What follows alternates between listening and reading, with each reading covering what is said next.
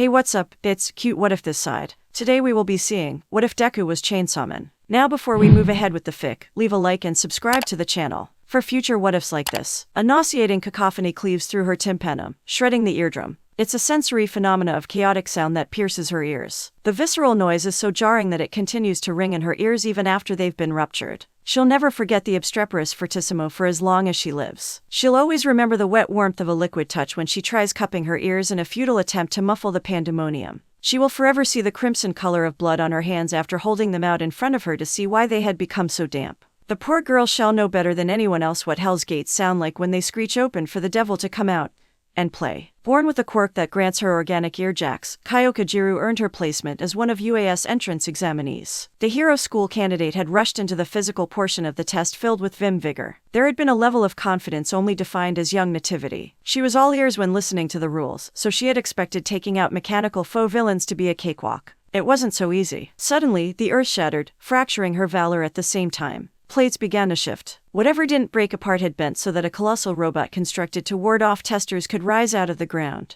Applicants fled immediately. Kyoka was about to join them. But then she saw the brunette girl pinned under rubble from where the monstrous mechanism had excavated itself. The rumbling robot was about to roll over the collapsed contender with its treaded chain track. Kyoka closed her eyes, instinctively turning her head to look away so as not to witness the inbound gruesome accident. And then she heard it. The abrasive roar of a chainsaw that came before the scything rip of chattering steel. A grating rip of metal sheeting reverberated as the sharp piercing sound also stabbed into the gigantic golem. A shrill shriek of steel rang out as it was torn apart in a tumultuous frenzy. And even now, the cataclysmic caterwauling continues. There's no escape from the rampaging raucous that decimates the droid. The behemoth buckles as it's torn apart at the base, metallic fibers creaking and wires sparking with popping embers from where the steel shielding gets mauled. Screeching comes from the machine as though it's wailing in torment. Never had Kyoka in her entire life heard something so awful. Never had she seen something so awful either. When she opens her eyes, she sees it. Elongated saw blades slicked black with oil protrude from what looks like something straight out of hell. Metal teeth tipped a dark shade of red. It takes Kyoka a moment to realize the blood came from the source of the chainsaw bars and not from the robot. Dried and crusted scarlet specks dot the bare chest of a boy's fit physique, a ripcord made of copper swaying from his sternum. The grotesque figure has a green motor for a head, engine parted at the mouth where fangs are bared. Indicator lights glow a bright yellow hue, eyes fuel just as much as the chainsaw attached to the base of his head. Arms split down the middle allow for additional chainsaw bars that are being swung haphazardly at the automaton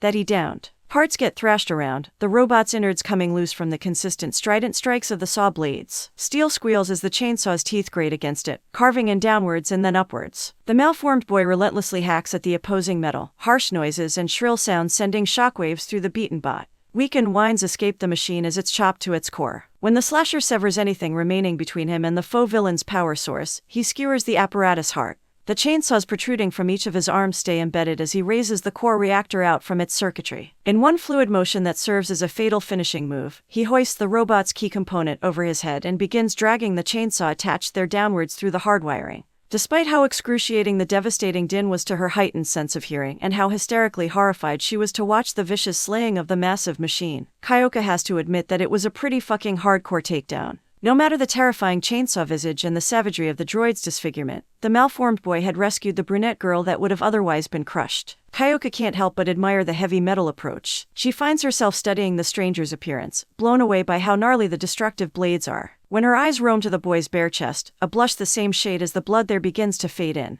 Kyoka's onyx eyes widen and the heat in her face subsides. She realizes there's blood. A lot more than before. Last time she checked, machines don't contain DNA in them. Which could only mean a feverish feeling of queasiness overwhelms the girl, nearly making her double over with the urge to vomit. The major spillage of blood came from the boy, the severed parts of his arms and exposure of his head ripping flesh and skin tissue for the chainsaws to function. In order for the cutting mechanisms to operate, they constantly shred his own muscle fibers. The blood leakage is an extreme side effect of the liquid's utilization as fuel. It's no wonder that the boy's pigmentation has become pallid. He's lost a major amount of the vital body fluid. Kyoka studies him closer, seeing now that his body is trembling. Noticing the way that the fatigued figure wobbles on his shaky legs, Kyoka turns to call out for help. Her earjacks sway with the pivotal motion of her head. It's hard to judge how loud she's shouting with her hearing still wounded. Hey, somebody. But she doesn't need to worry about anyone not coming to her call since someone has already arrived. Onyx eyes landing on a short-statured woman wearing a white coat that billows in the wind like a cape. if not made evident by the large syringe that the lady is using as a cane or the regular-sized needle poking out of a netted bun like a hairpin. Kyoka is confident that the senior is the school's nurse, judging by the way that she hands vitamin gummies to examinees. Relief settles through the girl's system when she sees her elder getting nearer. Her violet hair swishes with her earjacks as she turns her head back towards the boy. Much to her awe, the demonic face is gone and the chainsaws have retracted. She figures a transformation must have taken place while she was looking away. In place of motorized metal is an unruly mess of green curls. Instead of yellow lights, there's an emerald glow to the boy's eyes. An otherwise plain face holds 2 sets of freckles that make up a diamond formation on each cheek. At first glance, the basic facial features would have her giving no second thought to the fellow teenager. However, she's been giving him more than a simple surreptitious peek. The girl may as well be ogling him, captivated by the shift in appearance from predatory ferocity to docile innocence. Staring at him for as long as she has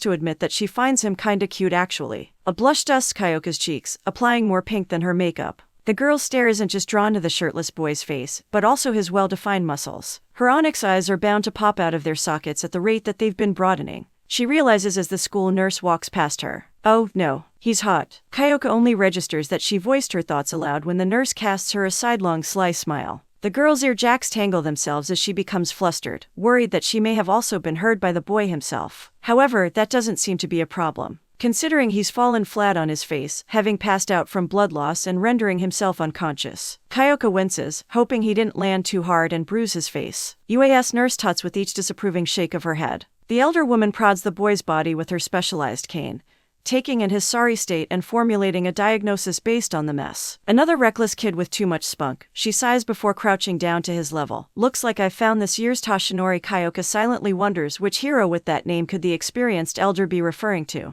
The medical practitioner rolls the bloody body over before she plants a kiss on the unconscious boy's forehead. Through lip contact, the elder woman's quirk is able to heal people's injuries and illnesses. Kyoka catches on upon witnessing the ability in action. The lady was able to land her role as UAS nurse by being a heroine of her own. Kyoka finally recognizes the woman as Recovery Girl. But Recovery Girl is still much too occupied with tending to the boy who overexerted himself to notice Kyoka's starstruck stare. The old heroine uses her cane as a crutch to stand back up while medbots lift her patient up onto a gurney. She watches with censorious care as the boy stirs in his state of unconsciousness. What is it that man is always calling them? But upon closer examination, her gaze turns tender. Problem child. Sharing Recovery Girl's line of sight, Kyoka can't help but agree with the woman. This boy is going to cause a lot of problems. A strange chance occurrence. A peculiar behavioral habit. Or, for lack of a better term than those words, a quirk. Humans and animals alike began developing odd characteristics unique to them long ago. Superpowers. Abilities. It started in King City of China, where a baby manifested the astonishing meta-capability to radiate light from its body. Now, a boy can sprout a tail. A girl could develop a pink skin pigmentation.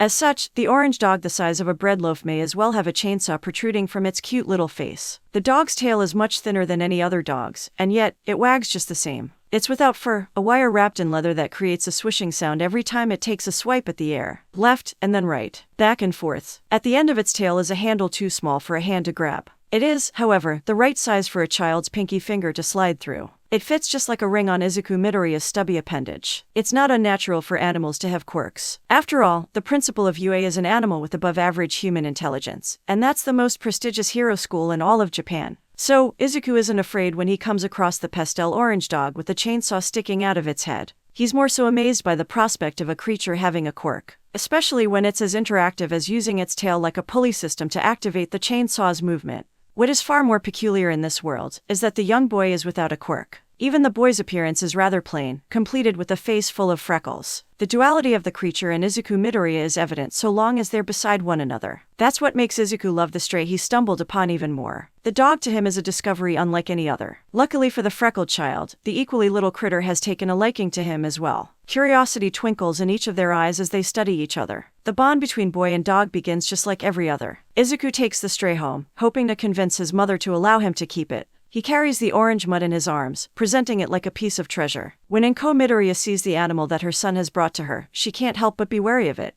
As a concerned mother, and an overprotective one at that, she already has ramifications about how dangerous it is having a literal chainsaw mounted to its head. Not to mention it's a wild animal, undomesticated for all she knows, with or without the chainsaw. "Oh, Izuku, sweetie." She softens her tone to be as delicate as she can. She knows it'll be disappointing for him to hear that he can't keep it, so she plans to let him down easily, at the very least. Seeing how bright the green shimmers in his pleading puppy eyes though, Enko hesitates. Izuku hardly asks for anything. He's such a sweet boy, always kind to her and everyone he meets. Doesn't every boy deserve a pet? She wonders. Her reconsideration will have to be a carefully thought out one though. The last thing she wants is for her little Izuku to get hurt. Enko's eyes settle on the dog that her son is clutching tightly to his chest. Izuku clings to the animal like a lifeline, hugging it closely to his heart. The strange colored critter gazes up at her, meeting her stare with as equally innocent eyes as her son. Its thin wire for a tail flicks back and forth, wagging happily in the Midoriya's company. Izuku did manage to carry the animal all the way home without harming himself. If the creature were truly dangerous as she fears, it would have likely already bitten or scratched him when being picked up.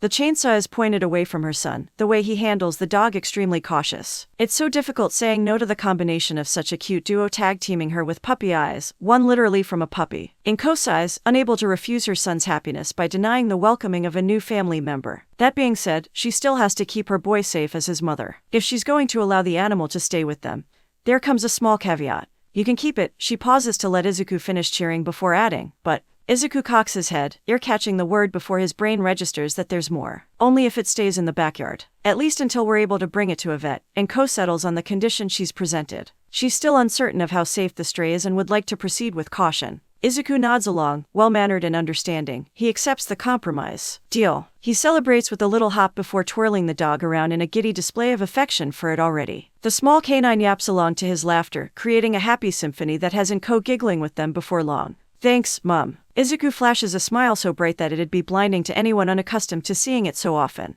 Enko feels her cheeks lifting into an equally large smile. All right.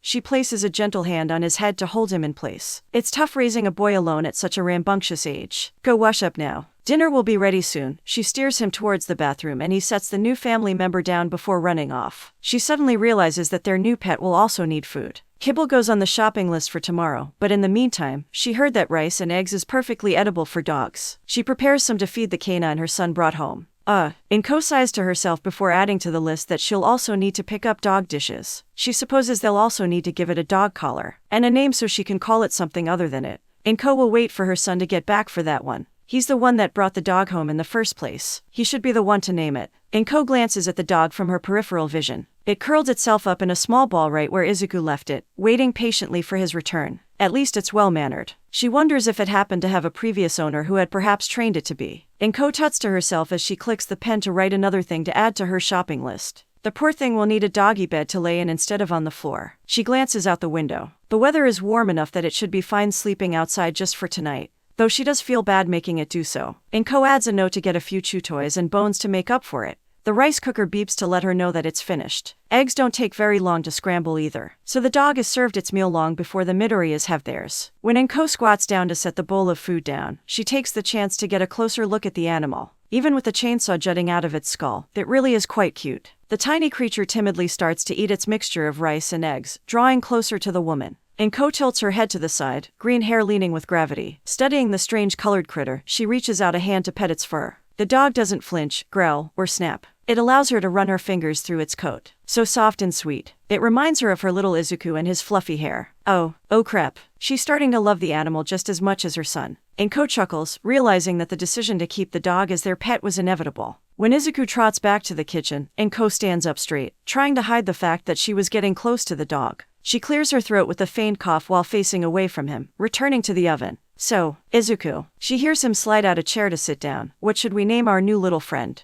Izuku hums as he tries to think of an answer, so loud that one might consider the noise obnoxious, but Enko knows better. How about Dogmite? He shouts his suggestion with childish pride. Enko tries to hold back a laugh, not sure how to help him cope with his hero worship or how she'll explain that such a ridiculous name is unsuitable. But she fortunately doesn't have to. Izuku looks down at the dog to see it looking up at him. Meeting his gaze, he gauges the animal's reaction. Neither he or Enko are expecting the mutt to make a deadpan expression, complete with a sweat drop and all. Oh, you don't like that, boy. Izuku second guesses the name he's going to pick out. Enko pauses, realizing that her son has figured out the animal's gender somehow. She shakes her head. He's probably just guessing. Before Izuku can come up with another All Might-themed name, Enko blurts out her own suggestion. How about Pachai? It's a pretty common dog name, like Spot. Perhaps even a bit plain. People have often called Izuku rather plain, so maybe Pachai is fitting for his pet. It'd be better than Dogmite at the very least. Pachai. Izuku tests the name on his tongue. His face scrunches a little like the taste and his mouth is sour. He does a little reinventing of the kanji, Pachu, Pakia, Pachio, before finally settling on, how about, Pachita. The dog perks up a bit, yapping in acknowledgement. Izuku's mouth goes agape in awe, eyes sparkling at the sight of his pet agreeing with his name's suggestion. You like Pachita? Izuku asks. The dog barks as though in confirmation. Pachita, Pachita, Pochita. Izuku cheers the name like a chant and the dog now deemed Pachita continues to bark in equal elation. And that's how the dog's name was decided. Pachita became a member of the Midoriya family that day. And the thing about Midoriyas is that they all have big affectionate hearts. So when Pachita is left outside to sleep in the backyard, Izuku for the first time goes against his mother's wishes. After he's sure that she has fallen asleep, he sneaks out of his room to let the dog in. SSSHH. His hushed whisper warns the dog not to bark as he tries not to get caught. Izuku's heart hammers in his chest. He's never been a rebellious child. Not like Kekken. He'd never broken the rules. Whatever his mom says, he respectfully does. But poor Pachita. Izuku couldn't just leave him outside to sleep all alone. Izuku lets the dog up onto his bed. From the higher vantage point, Pachita gets a good view of all the superhero merchandise that adorns the walls. The number one hero, All Might, smiles from all possible angles. Don't judge me. Izuku squirms in embarrassment once he gets beneath his All Might-themed blankets. After Pachita does that dog thing where he spins in a few circles first, he settles into the bed with Izuku. The boy smiles as he closes his eyes, happy to be sharing the bed with his new friend. He's excited to introduce Kekken to the dog the next day, hoping his childhood friend will be as impressed as he is by the animal's quirk. Eventually, the two drift to sleep. Their slumber silent with very little snores. They would have not gotten caught if not for Inko being such a concerned mother. The protective mom pokes her head into the room to check on her son. She finds him nuzzled up against Pachita, the two of them sleeping with smiles. She sighs, not wanting to ruin the tender moment by waking them up. She figures she'll reprimand Izuku in the morning for going against the rules, but for now, she'll let the two bond. After all, this is only the start of the bond between a boy and his dog. Scarlet sneakers scuff solid concrete, the shabby shoes planting themselves firmly on the grounds of UA. Beneath the outsoles is a mess of petal confetti, the after-party of the school's entrance exam leaving a boy left in its wake. He lingers under the billowing cherry blossoms until a stronger breeze blows, the wind ruffling his green curls and knocking more of the sakura tree's corolla loose. Izuku Midoriya's viridescent gaze glimmers under the glow of a salmon sky as he's showered by the flower petals. Some of the fuchsia specks land on his t-shirt, their gentle descent coming to a sudden halt. It's one of the spare articles of clothing his mother made him pack in the flaxen knapsack that he has hoisted over his shoulder by a single strap. Izuku's grip on the band tightens when he recalls the reason for needing another set of attire in the first place. His transformation during the physical portion of the Hero School's exam comes to mind, his quirk's ability having shredded through his first outfit. The moppy mess-called hair that resides atop of the boy's head sways when he tries shaking the memory of his metamorphosis from his mind. It helps him to forget when his green gaze settles on the familiar vehicle that's slowly pulling up to the school's gates. A soft smile stretches his freckled cheeks and he begins walking towards the car. Smoke wafts from the Nissan Versa's exhaust pipe, the engine's thrumming reminding Izuku of a familiar sound and forcing his smile down. He places a hand over the left side of his chest, feeling the wire underneath his shirt. The back and forth of introspection versus assuagement resettles on the person in the vehicle once she steps out. Inko Midoriya exits the car to greet her son at the school gate, worry written all over her expression. The brunette mother hurries over to her kid, wrapping him in a hug that puts the bear's strength in Mama Bear. Izuku wheezes as he gasps for air, his lungs crushed so long as he's caught in her grasp. My baby, they told me what happened. Are you okay? She ironically frets over his well-being despite being the cause of his current breathing problems. Once released from her embrace, Izuku finally manages to inhale enough oxygen so that he can speak. I am fine, Mom. Recovery girl said that I'm fine. He stands up straight to show her that he's still completely intact as though that's proof of his good health. She critically eyes him up and down, searching for any scars or scrapes. When Inko is seemingly satisfied with her own diagnosis, she nods. If you say so. Though she remains wary about the final verdict. She steps aside so that Izuku can throw his bag in the car's trunk. As the brunette ventures around the grille to return to the driver's side, she sneaks a glance at the prestigious hero school that her son applied to. You met Recovery Girl, huh? I wish it had been under better circumstances, but that must have been neat, and smiles while thinking how excited the hero otaku must have been to meet one of his idols. Izuku climbs into the passenger side, relishing in how soft the cushion is once his body sinks into the seat. The door slamming shut jars his memory of the eventful day he had so that he mimics her smile. Yeah. And Present Mike was the one who read us all the rules, and Cementus was our proctor for the written part. That's great, Zuku, but... Inko interrupts her son to literally point out his lack of a safety strap via gesturing with her index finger. When he looks down at his lap, she feigns clearing her throat before correcting him to look up by flicking forward, seatbelt. Izuku jostles himself to sit up straight, grabbing onto the strap's clip fastener so that he can pull it down. Oh, right. He begins to tug on the line to make it work. Once it reaches across his chest, he locks it in place with a click. Sorry, he gives his mother an apologetic look before readjusting himself to get comfortable again. So, you were telling me about your day. Inko locks her own seatbelt into place before turning her keys in the car's ignition slot to switch on the engine. She gives her son a quick glance to let him know that she's still listening as she shifts the vehicle into gear. Izuku practically jumps in his seat with excitement upon being reminded of his glimpse at UA. Oh, yeah. He recalls how amazing the massive estate is with not just its main buildings, theater, auditorium,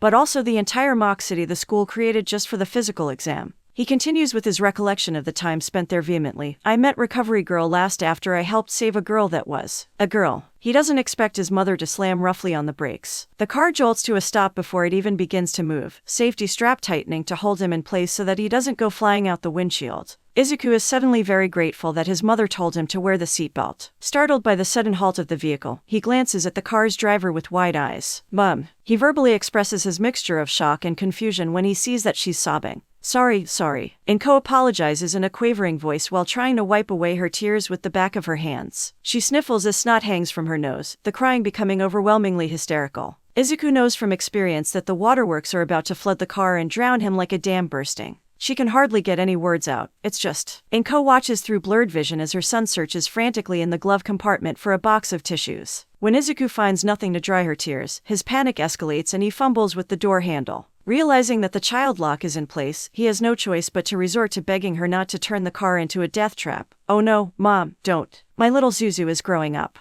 But her wailing is like an alarm ringing to warn everyone on a ship that the boat is sinking. There's nothing to plug the leak as water starts to fill up the car's interior. Inko's delirious weeping threatens both of their lives until he manages to roll down the window. At the last second, he saves them from a flooded enclosed space. Izuku groans in exhausted exasperation. His fatigue turns him languid, his body sliding down the seat. He shakes his head with what little energy he has left to muster for the motion. It's not like that. After I rescued her is when I passed out. Inko pauses her dramatic sniveling, sinuses suddenly cleared. She has some sort of backlash reaction before doing a double take. Wait, this girl never thanked you. One of her eyebrows raises scrupulously and her tone changes tune. Izuku fidgets in place, his mother's hard gaze suddenly making him feel as though he's being watched closely under a microscope. He avoids her stare while trying to come up with an answer that'll keep both him and the girl that he saved off his mom's chopping block. Well, you're telling me that you never even got her name. Inko's obtrusive outburst startles Izuku just as much as when she slammed on the car's brakes. Seeing that his mother is on the verge of crying yet again, albeit for a different reason over her son's interaction with a girl this time, he's quick to shout over her too. Mom, would you just let me finish what I'm saying? He tries not to sound too desperate to get a sentence in, but his plea comes out as a whine anyways. The sudden cry surprises Inko just the right amount that it manages to snap her out of her delusional state of mind.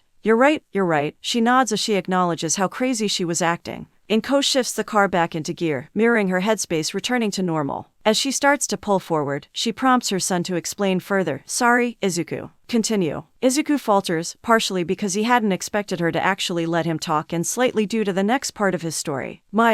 He anxiously fiddles with the cord under his shirt. When he finally settles on the right word, my quirk, he quells his nerves enough to say, I only passed out because I exceeded my runtime with my chainsaws while using it. Inko stiffens in her seat. As soon as she does, she tries hiding the discomposure by pretending to slouch. Oh, I see. She mulls over what her response will be very carefully. She knows that her son is watching her closely just as much as he's listening. Internally, the woman doesn't know whether to be relieved or not. She wasn't sure what she had thought when she heard her son had saved someone, but the usage of his quirk hadn't come to mind for whatever reason. Ultimately, her boy made a choice and it's up to her to support him should he choose to stand by it for the proper cause. You made the right decision, Izuku. Never doubt that. She spares him a quick glance so that he knows the matter is important enough for her to risk taking her eyes off the road for a moment. Izuku looks away, his gaze breaking contact from her and falling into his lap. I just moved on my own. His fingers curl around the fabric of his shorts until he has handfuls of the material bunched up in his palms. Whatever he's feeling transfers over to the touch of his chest. He raises one arm, placing a hand over his sternum where a wire resides. I didn't think. I just pulled on my cord. He feels a heartbeat as though it's still active. Inko pulls up to a red light, utilizing the opportunity, as a chance to look over at her son and gauge his expression. If her motherly instinct weren't enough, she can see as clear as the day being lit by sunbeams with her eyes that he has a lot on his mind. You know, Izuku, I understand that kids stop caring about their parents at a certain age. But it's still rude not to ask your mother about her day too. She thinks that the best course of action is to change the subject. Once Izuku registers the drastic change in conversational topic, he's none the wiser to her strategy, mistaking the switch up for a revival of his mother's moodiness.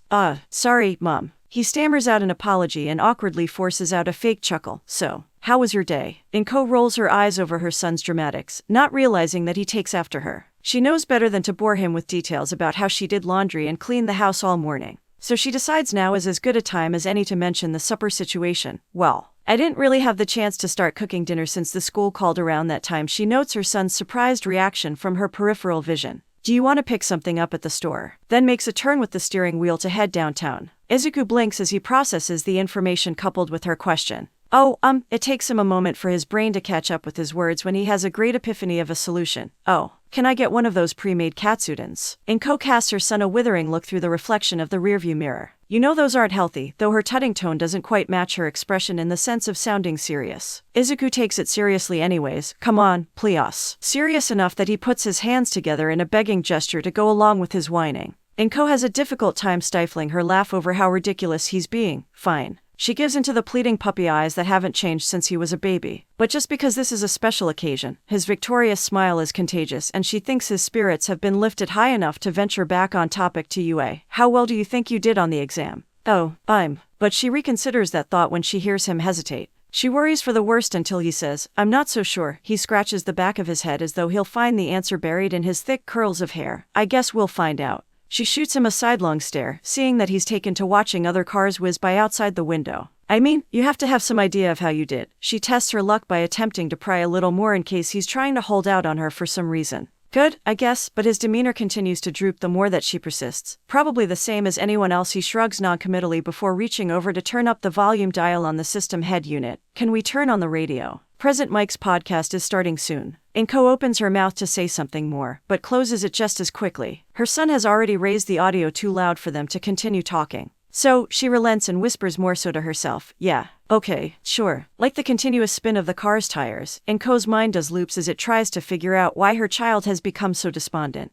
The gentle rise and fall of the road beneath the vehicle does little to soothe her as she overthinks. Part of her hopes that Present Mike will mention UAS entrance exam, but the other side of her knows that she needs the radio as a distraction just as much as Izuku does. The Heroes podcast usually consists of jokes that are good for easing any sort of tension. With how increasingly frustrated she's becoming due to so many people cutting into her lane without turn signals, Inko figures she could use a wisecrack or two. Yesterday, I caught the sinister villain Bomber Bear, and couldn't help thinking to myself. Present Mike's voice transmits through the radio and already captivates Izuku's interest at the mention of hero work. Inko can't help but listen closely as well, intrigue getting the better of her. Past experience from tuning into the podcasts leaving her in anticipation of a punchline. What do you call a bear without ears? B. The joke's landing is a bit rough at first, but both Midoriyas wind up howling with laughter once they comprehend the humor behind it. Inko is grateful for the dumb gag, her stress already alleviated. Suddenly, exams and quirks seem like less of a hassle than they originally were. If her son who's on the direct receiving end has already forgotten about those issues, then she can too, for his sake if not her own. Inko instead focuses on her first and foremost priority, which is being a mother, and that means feeding her boy. The woman turns into the parking lot of a grocer with the idea that they can quickly run in. It's hard for her to find a space at this hour, so she pulls alongside the front entrance. I'll be right behind you if somebody pulls out of a spot, but wait right here if you finish first. Inko reaches over the headrest of her chair to grab the purple purse she keeps in the back seat. There's just enough yen in her pocketbook to afford a frozen meal. Go to self-checkout and only buy your katsudon. No candy or treats, young man. The boy's mother withholds the money from his reach until she finishes giving him instructions. Once he stops rolling his eyes and nods in agreement with her laying of ground rules, only then does she allow him to have it. What about you? He pauses halfway out the door to look back when he realizes his mom didn't request anything for herself. The yen that the boy is holding suddenly feels light in his very heavy hand. Inko closes her eyes with her smile, concealing the chagrin of not being able to afford something for herself. I'll just have leftovers, sweetie. She then tries shooing him out of the car before he can see through the facade. Now hurry along. Izuku turns his face away, hiding his rueful expression from her as he gets out of the vehicle. He's seen the overdue bills piled up on the kitchen counter to know his father's checks haven't been covering their finances anymore. He's well aware of her monetary problems, though his mother doesn't know that. He knows better than to say anything to her should he spare her the shame. And yet, he still feels guilty as he goes to spend her hard-earned yen for himself. As Izuku's threadbare sneakers slap the store's tiled floor, he begins weighing his options with the money in his hand. The boy figures there may be some yen left over if he buys the cheaper stuff. Grocers sometimes keep expiring meals at the back of the shoppy with marked-down prices. Each aisle he passes has something different. There's fruit, veggies, bread, canned goods, and finally at the end is when he reaches the discounted stock. Shelves with different microwavable meals give him his own variety of food to select from. Izuku lucks out and breathes a sigh of relief when he finds a box of katsudon. Except, when the boy reaches for it, someone's hand brushes up against his own. He realizes when he sees nails painted in a coat of purple polish that it's a soft, yet firm, feminine hand. Retracting his own hand like the girl's fingers were the fangs of a serpent that tried to bite him, Izuku yelps in disconcertment. He feels his face heating up in embarrassment, turning as bright red as his shoes by now. The boy's mild case of gynophobia really takes hold when he sees the rest of the girl. The hand that touched his own is connected to a fair-skinned teenager that must share his age. She's so petite that it's cute, her violet hair short the same as her height, and he can't help but be captivated by her triangular eye shape. What really amazes him about the girl is how cables hang from her lobes like earrings. He places his hand over his chest, feeling his own cord extension from his body, and sensing a kindred spirit in that odd sense. He also feels the rapid rhythm of his heart trying not to explode from pumping so much blood all at once. As for how the girl responds to the accidental contact, her initial instinct is to apologize for startling him so badly. However, she too feels an extreme amount of shock when she sees how the boy looks. She recognizes him from the entrance exam and blurts out, "Chainsaw Boy," before she can stop herself. The hand that touched said Chainsaw Boys flies over her mouth to stifle the words that already came out. A blush of her own, though not as extreme as Izuku's, fades in as a pink hue to shadow her cheeks. Izuku sobers up when he hears the way that she referred to him. Wait. He does a double take before making sure he heard her correctly. "What did you call me?" And that reaction from him only embarrasses the girl even more, her blush darkening. Hesitantly, a muffled whisper comes from behind her hand, "Chainsaw Boy." After a moment of blinking at one another, both failing to gauge the other, the girl bows and shouts, "I'm sorry." Izuku jumps in place, startled by her a second time. She winces before toning her voice down, "That's not your name," and remains tentative about what she says, "Is it?" Izuku stands there staring at her dumbfounded like a fool, blinking a few more times for extra measure to make sure the girl is real, and that this is actually happening. When he realizes that the gradually growing silence between them is becoming awkward, he shakes his head to both answer her question and jumpstart his mouth. "No, it's not." A weak laugh slips out on its own before he introduces himself with a small bow. "I'm Izuku Midoriya." "I'm Kyokajiru." The girl returns the gesture as she laughs along. Now that the strange tension between them has subsided, she loosens up a little. "Sorry again, for the whole Chainsaw Boy thing. And startling you." Kyoka twirls one of her earjacks so that it wraps around her finger the same way one would normally play with their hair. No, it's fine." Izuku fans away her apology with each of his frantically flapping hands, but still lingers on the matter to an extent, rubbing the nape of his neck nervously while wondering aloud, how do you know about?" Kyoka raises an eyebrow when he doesn't finish his sentence. "The chainsaws." She tries concluding it for him when she realizes that he doesn't plan on saying the rest. He sheepishly nods in response. "Dude, we were at the same test site during the UA entrance exam. It was literally today. You didn't notice me." Her hands go on her noticeably curvaceous hips and Izuku can't help but follow the motion with his eyes. "I don't know how I could have missed you." His mouth moves on its own to convey his thoughts. He realizes after the matter of speaking that he's being lewd and diverts his gaze to the ceiling in an attempt to cover his tracks. The tomato-faced blush returns full swing. Fortunately for him, Kyoka misinterprets his response as a regular reply. "Well, you were pretty occupied with taking down the zero-pointer and saving that other girl." She recalls his shirtless rescue and blushes while thinking of her own semi-lewd thoughts. Anybody would have done the same in my position." Izuku tries brushing away her praise with one hand while bashfully running the other hand through his bushy green mess of hair. "Are you kidding?" Kyoka looks at him incredulously. "Everyone else ran off like a bunch of pansies." She shocks Izuku with her terminology. "And Zeal, you were the only one rockin' enough to actually be a hero like we're trying to become." He worries that he'll faint in front of her again due to how much blood keeps rushing up to his face. "Oh, thanks, I guess." Izuku tries staring down at the floor to avoid facing the influx of emotions that he's feeling. He's not used to such praise, and from a girl no less. Heck, he's surprised that he's even lasted this long talking to one in general. "By the way, are you doing all right?" Kyoka's question snaps him out of his musings and causes him to look back up at her with confusion. He tries not to scrunch up his face too much as he tries to figure out what she means. He does a poor job. Seeing the boy's bewilderment, Kyoka elaborates a little. I was also in Recovery Girl's office afterwards and you didn't wake up the entire time that I was there. Oh, that. Izuku's eyes almost pop out of his head from how large his epiphany is. I'm fine. Just some quirk overuse backlash. He gestures towards his face with his hands as if she hadn't noticed the lack of bloody oil-soaked chainsaws until now. Then he thinks about what else she said and asks, wait, what were you in there for? Kyoka wavers, suddenly self-conscious about herself the same way that he had been. Oh, I have pretty sensitive ears, so. She shyly twists and untwists the jacks hanging from her lobes before explaining. You kinda did a number on my hearing when you went all chainsaw massacre on the 0-pointer. Izuku feels like he's been struck across the face. Or maybe stabbed in the chest. Both. He feels both. He holds his hands out in front of himself, unsure of what to do with them. Realizing that he's just standing there and hasn't apologized, he bends down to his waist to bow. Oh no, I'm so sorry, I didn't mean to. It's okay. I'm fine now too. Really, it's alright. But Kyoka interrupts him with a mimicry of Izuku's earlier frantic double hand wave. Just keep that in mind the next time you decide to transform. She winces at the memory of the sound but tries to assure him with a delicate smile that it's okay anyways. Izuku looks up at her, confused yet again. Next time. Do you not think you did well enough on the exam to get in? Kyoka tilts her head to the side in mutual miscommunication. She then tilts her head upwards as she thinks, I'm pretty sure I, at least, racked up about 30 of the 3-pointers. Realizing Kyoka is talking about the score required to get accepted into the hero school, Izuku's shoulders slump with sorrow. He hadn't told his mom why guessing the exam results was such a touchy topic for him during their drive to the store, but he supposes it doesn't hurt to discuss the matter with a fellow examinee. I didn't, transform. Until the end. He unconsciously places a hand over the string that dangles from his sternum under his shirt. Both of Kyoka's brows raise in a mixture of surprise and confusion. Dude, really? Why not? She finds herself taking a step back in an attempt to better assess the boy's downtrodden demeanor. Izuku looks away, avoiding eye contact. His fingers trace the cord under the fabric of his shirt as he tries thinking of a good response for her. After a moment, he gives her a half-hearted shrug and mumbles, I dunno. Seeing how uncomfortable he is, Kyoka decides not to pry any further. Well, that's a bummer. She crosses her arms and tries cheering him up instead. I think you would have made a pretty hardcore hero.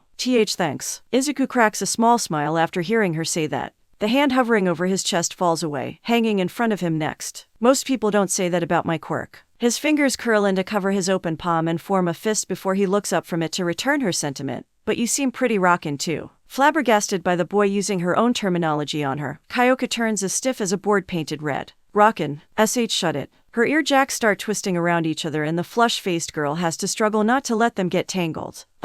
Sorry. I didn't mean to offend you. Izuku begins to match her state of panic minus her quirk's ear extensions intertwining. The blushing and stammering mess of a boy hides his face behind his hands. Seeing that he's just as embarrassed, Kyoka spares him from getting jabbed by the jacks she finally manages to straighten out. Whatever, she tries to play the moment off by holding out her cell phone for him to take. Here. Surprised to see the gesture, Izuku spreads his hands just enough to peek out and look at the foreign object. The case is bedazzled with musical notes and has a glittery effect.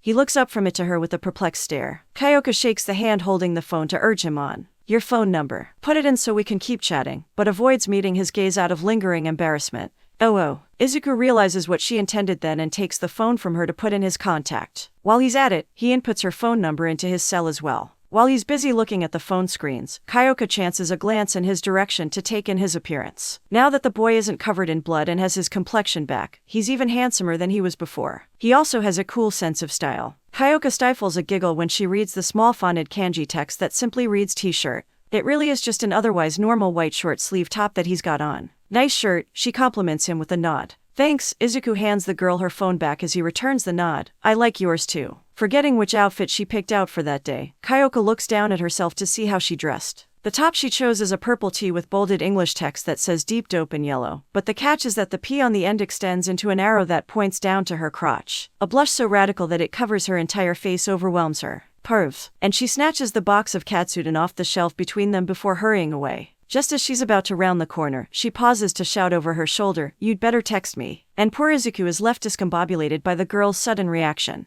Not only did he receive mixed signals, but he had his dinner stolen from him. He stretches out an arm as though he's reaching for the girl and his food. Wait. What? But ultimately surrenders to common sense, being that there is no sense to what just happened. Suddenly, an eerie aura starts to creep up behind the boy. Who was that nice, sweet, kind, gorgeous girl? Izuku. His mother materializes seemingly out of thin air behind him to be the world's biggest jump scare. Izuku screams, "Mom, how long have you been standing there?" He feels faint after a violent vertigo assault on his mind from how she just magically appeared. Long enough, Inko smirks as she folds her arms over one another. Now tell me how long until I get my grandchildren, Izuku. When do I get to meet her or her parents? The atmosphere becomes heavier as she somehow increases her aura's output. The overwhelming motherly force nearly crushes Izuku from how strong the amount of pressure is. The poor boy almost falls to his knees, legs wobbling as he struggles to remain standing in retaliation of the weight against him. She's just a friend. He cries out in a desperate Hail Mary attempt to stop his mom from smothering him in her emanating aura. Fortunately for him, the effort works and the dense fog lifts. He's able to breathe again, heavy intakes of air, as he bends forward with his hands on his knees. My little Zuzu is just friends with a J-Earl. Inko squeals with delight as she does a celebratory dance that has her wiggling in place. She's completely oblivious to her son's suffering as she commemorates the milestone in his life. Once Izuku has finally recovered enough oxygen to speak again,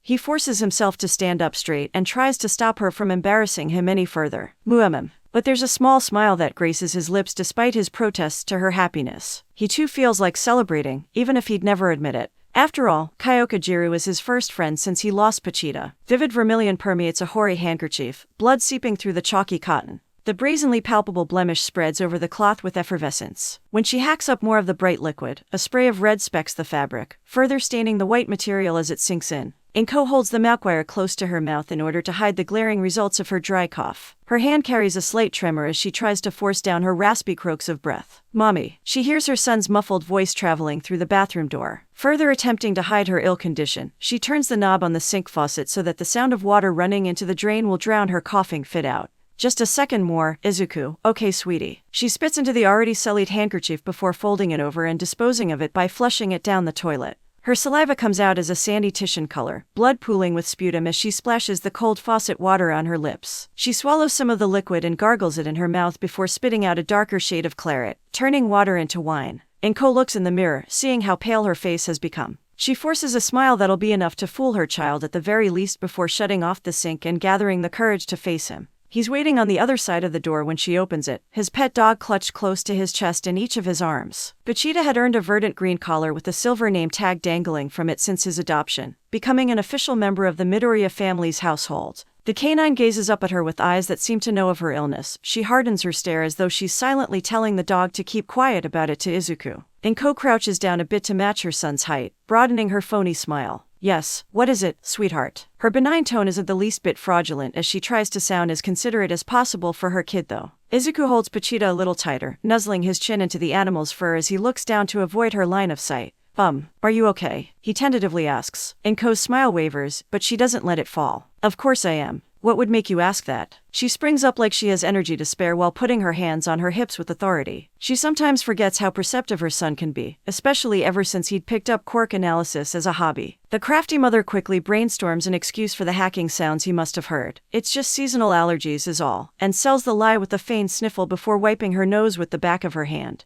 "Oh, all right." Izuku accepts the fib without a second thought. Her son is so innocent that she feels guilty for deceiving him when he trusts her so much. He perks up, forgetting about his concerns for her health, and asks with an eager lean forward, "Did you call Kakin yet?" Inko nods, happy to tell him the truth. "You bet. Your Aunt Mitsuki said you can go over there while Mommy goes out." She brushes past the boy so that she can grab her purse off her dresser. "Yes, hear that, Pachita." Izuku celebrating in the background as she prepares herself for an outing turns her smile a bit more genuine. "However, wait a minute, but where are you going?" Her face falls flat when she realizes that she'll have to lie to her son again. Truthfully, she made a doctor's appointment. But she can't let Izuku know that. He'd be worried until he's sick himself. "Oh, Mommy just has a few errands to run. Nothing for you to fret about." She ties her long flow of hair up into a bun as she walks back into the bathroom to use the mirror. Again, Izuku believes her without a hint of doubt. "Okay then." He sets Pachita down before asking, "Does that mean I can be a big boy and make my own breakfast?" Inko side-eyes him, wondering where that one came from. As he's been getting older, he's oddly been requesting to do more and more for her around the house, such as laundry or dishes. It's a relief on her part to catch a break thanks to some help. But she can't help but be suspicious. No using the stove, she also can't resist her motherly concerns about the dangers or messes that he could make. "I won't." Izuku feverishly shakes his head so hard that his entire body moves side to side with the motion. Sitting beside him, Pachita matches the movement, oscillating his own tiny head. Against Inko's better judgment, she decides to give it a try. Fine, she accedes to the cute proposal based on the agreed-to terms and conditions. Then you can make yourself something to eat. Yeah. Izuku cheers with a happy hop. Pochita bounces with him as though he were a rabbit instead of a dog, yapping in equal elation. Inko shakes her head, humored by the pair. Don't get yourself into any trouble, and don't cause Mitsuki any problems either. She gives her son a semi-stern look so that he takes her seriously. He's a good kid, probably one of the best behaved in all of Japan. But children can still be mischievous little scamps from time to time that she has to make sure she keeps him disciplined. I'll be good. Promise. He bends with the downward drop of his jump to fall into a full at the waist bow. It's hard to take him seriously at his age with a short stature and All Might pajamas, but Inko hums with satisfaction knowing her son keeps his word. Then I'll be off. She grabs her coat and begins sliding her arms into the sleeves as she heads for the door. Izuku and Pochita trail behind, the small duo almost in sync with one another. As Inko grabs an umbrella just in case the weather changes, she casts them one last look over her shoulder. Be back soon. Bye. Izuku waves as he bids her farewell out the door. Once it shuts and he's got the house to himself, the boy shares a look with his canine companion. His eyes peel upwards with an inclined curl of his lips, equal parts thinned as impish arches. Heh, he's pleased with himself and can't help but have such a smug expression. Hey, Pochita, looks like it's a slice of bread for breakfast. The puckish pull of his mouth into such a thinly stretched smile remains as he shares his plan with his pet pal. The dog cocks his head to the side, befuddled by the boy's pathetic revelation. It's not until Izuku gets his grubby little mitts into the kitchen that Pochita sees why the bread breakfast is such a big deal. It's not just any slice from a loaf. It's the ultimate piece of toast. The boy's mother would never allow such an unhealthy, disgusting meal to be consumed by her child. Izuku slathers the bread slice with everything his mom kept stocked in the fridge and cabinets. Strawberry jam, marmalade, honey, butter, grape jelly, cream cheese, peanut butter, and cinnamon are blended together in a thick spread of sugar. Pochita's mouth hangs open as he watches Izuku actually take a bite from the appalling and repulsive childish concoction. Droplets dribble down from the boy's chin, spilling across the kitchen counter that he's leaning over as he eats and joins all of the crumbs that broke off from the bite. Izuku moans in satisfaction, munching on the toast and savoring the explosion of flavor. When he sees Pochita watching him, he mistakes the awestruck stare and holds out the breakfast blend. As an offering, you want some too, boy. Pochita simply turns around on the heels of his paws and goes over to the doggy dish filled with kibble, making a firm statement without saying anything at all. Izuku shrugs, unfazed as he chomps down on the toast again anyways. Suit yourself. The adolescent drops a few more morsels of grain as he travels from the kitchen to the home office. Whatever other residue that spills onto the carpet along the way goes unnoticed by the boy. Izuku's thoughts are too fixated on the computer that he slowly starts up, a one-track mind eager to begin the day properly. Almost ritual at this point, he types into the internet search engine the name of his favorite video. The title autofills and the page loads much to the boy's anticipation. All Might's boisterous guffaw is a resounding boom through the PC's speaker system, shaking the whole house as though the hero is actually present. The clip shows the symbol of peace making his public debut. A Herculean hero catches a crashed city transit bus that's about to fall off a bridge, and pulls its passengers from the wreckage. The amazing rescue never fails to inspire awe from Izuku. Pochita has to squint from how bright the boy's beaming smile is. Two distinct tufts of blonde hair atop the man's head match the peace sign. All Might flashes towards the camera. Izuku recites what the hero says verbatim. It's all right now. I am here. Pochita leans back, stunned by how spastic the otaku has become. The boy rocks back and forth so fast and hard that the extreme motion would cause whiplash if not for how young he is. In the kid's eyes, the reflection of the screen is a pish-posh of color that acknowledges All Might's Western-themed outfit. When Izuku breaks contact with the monitor, Pochita is shocked to see tears threatening to spill over. The dog's owner raises and points a shaky finger towards the frozen frame of All Might. Hey, Pochita, do you think I could one day be like him? His voice wobbles just as much as he retracts that same hand to dry his eyes. That's my dream. To become a hero. Pochita leans his head to the side as he studies the crying child. A sympathetic stare from the dog has the boy bending down to pick the mud up.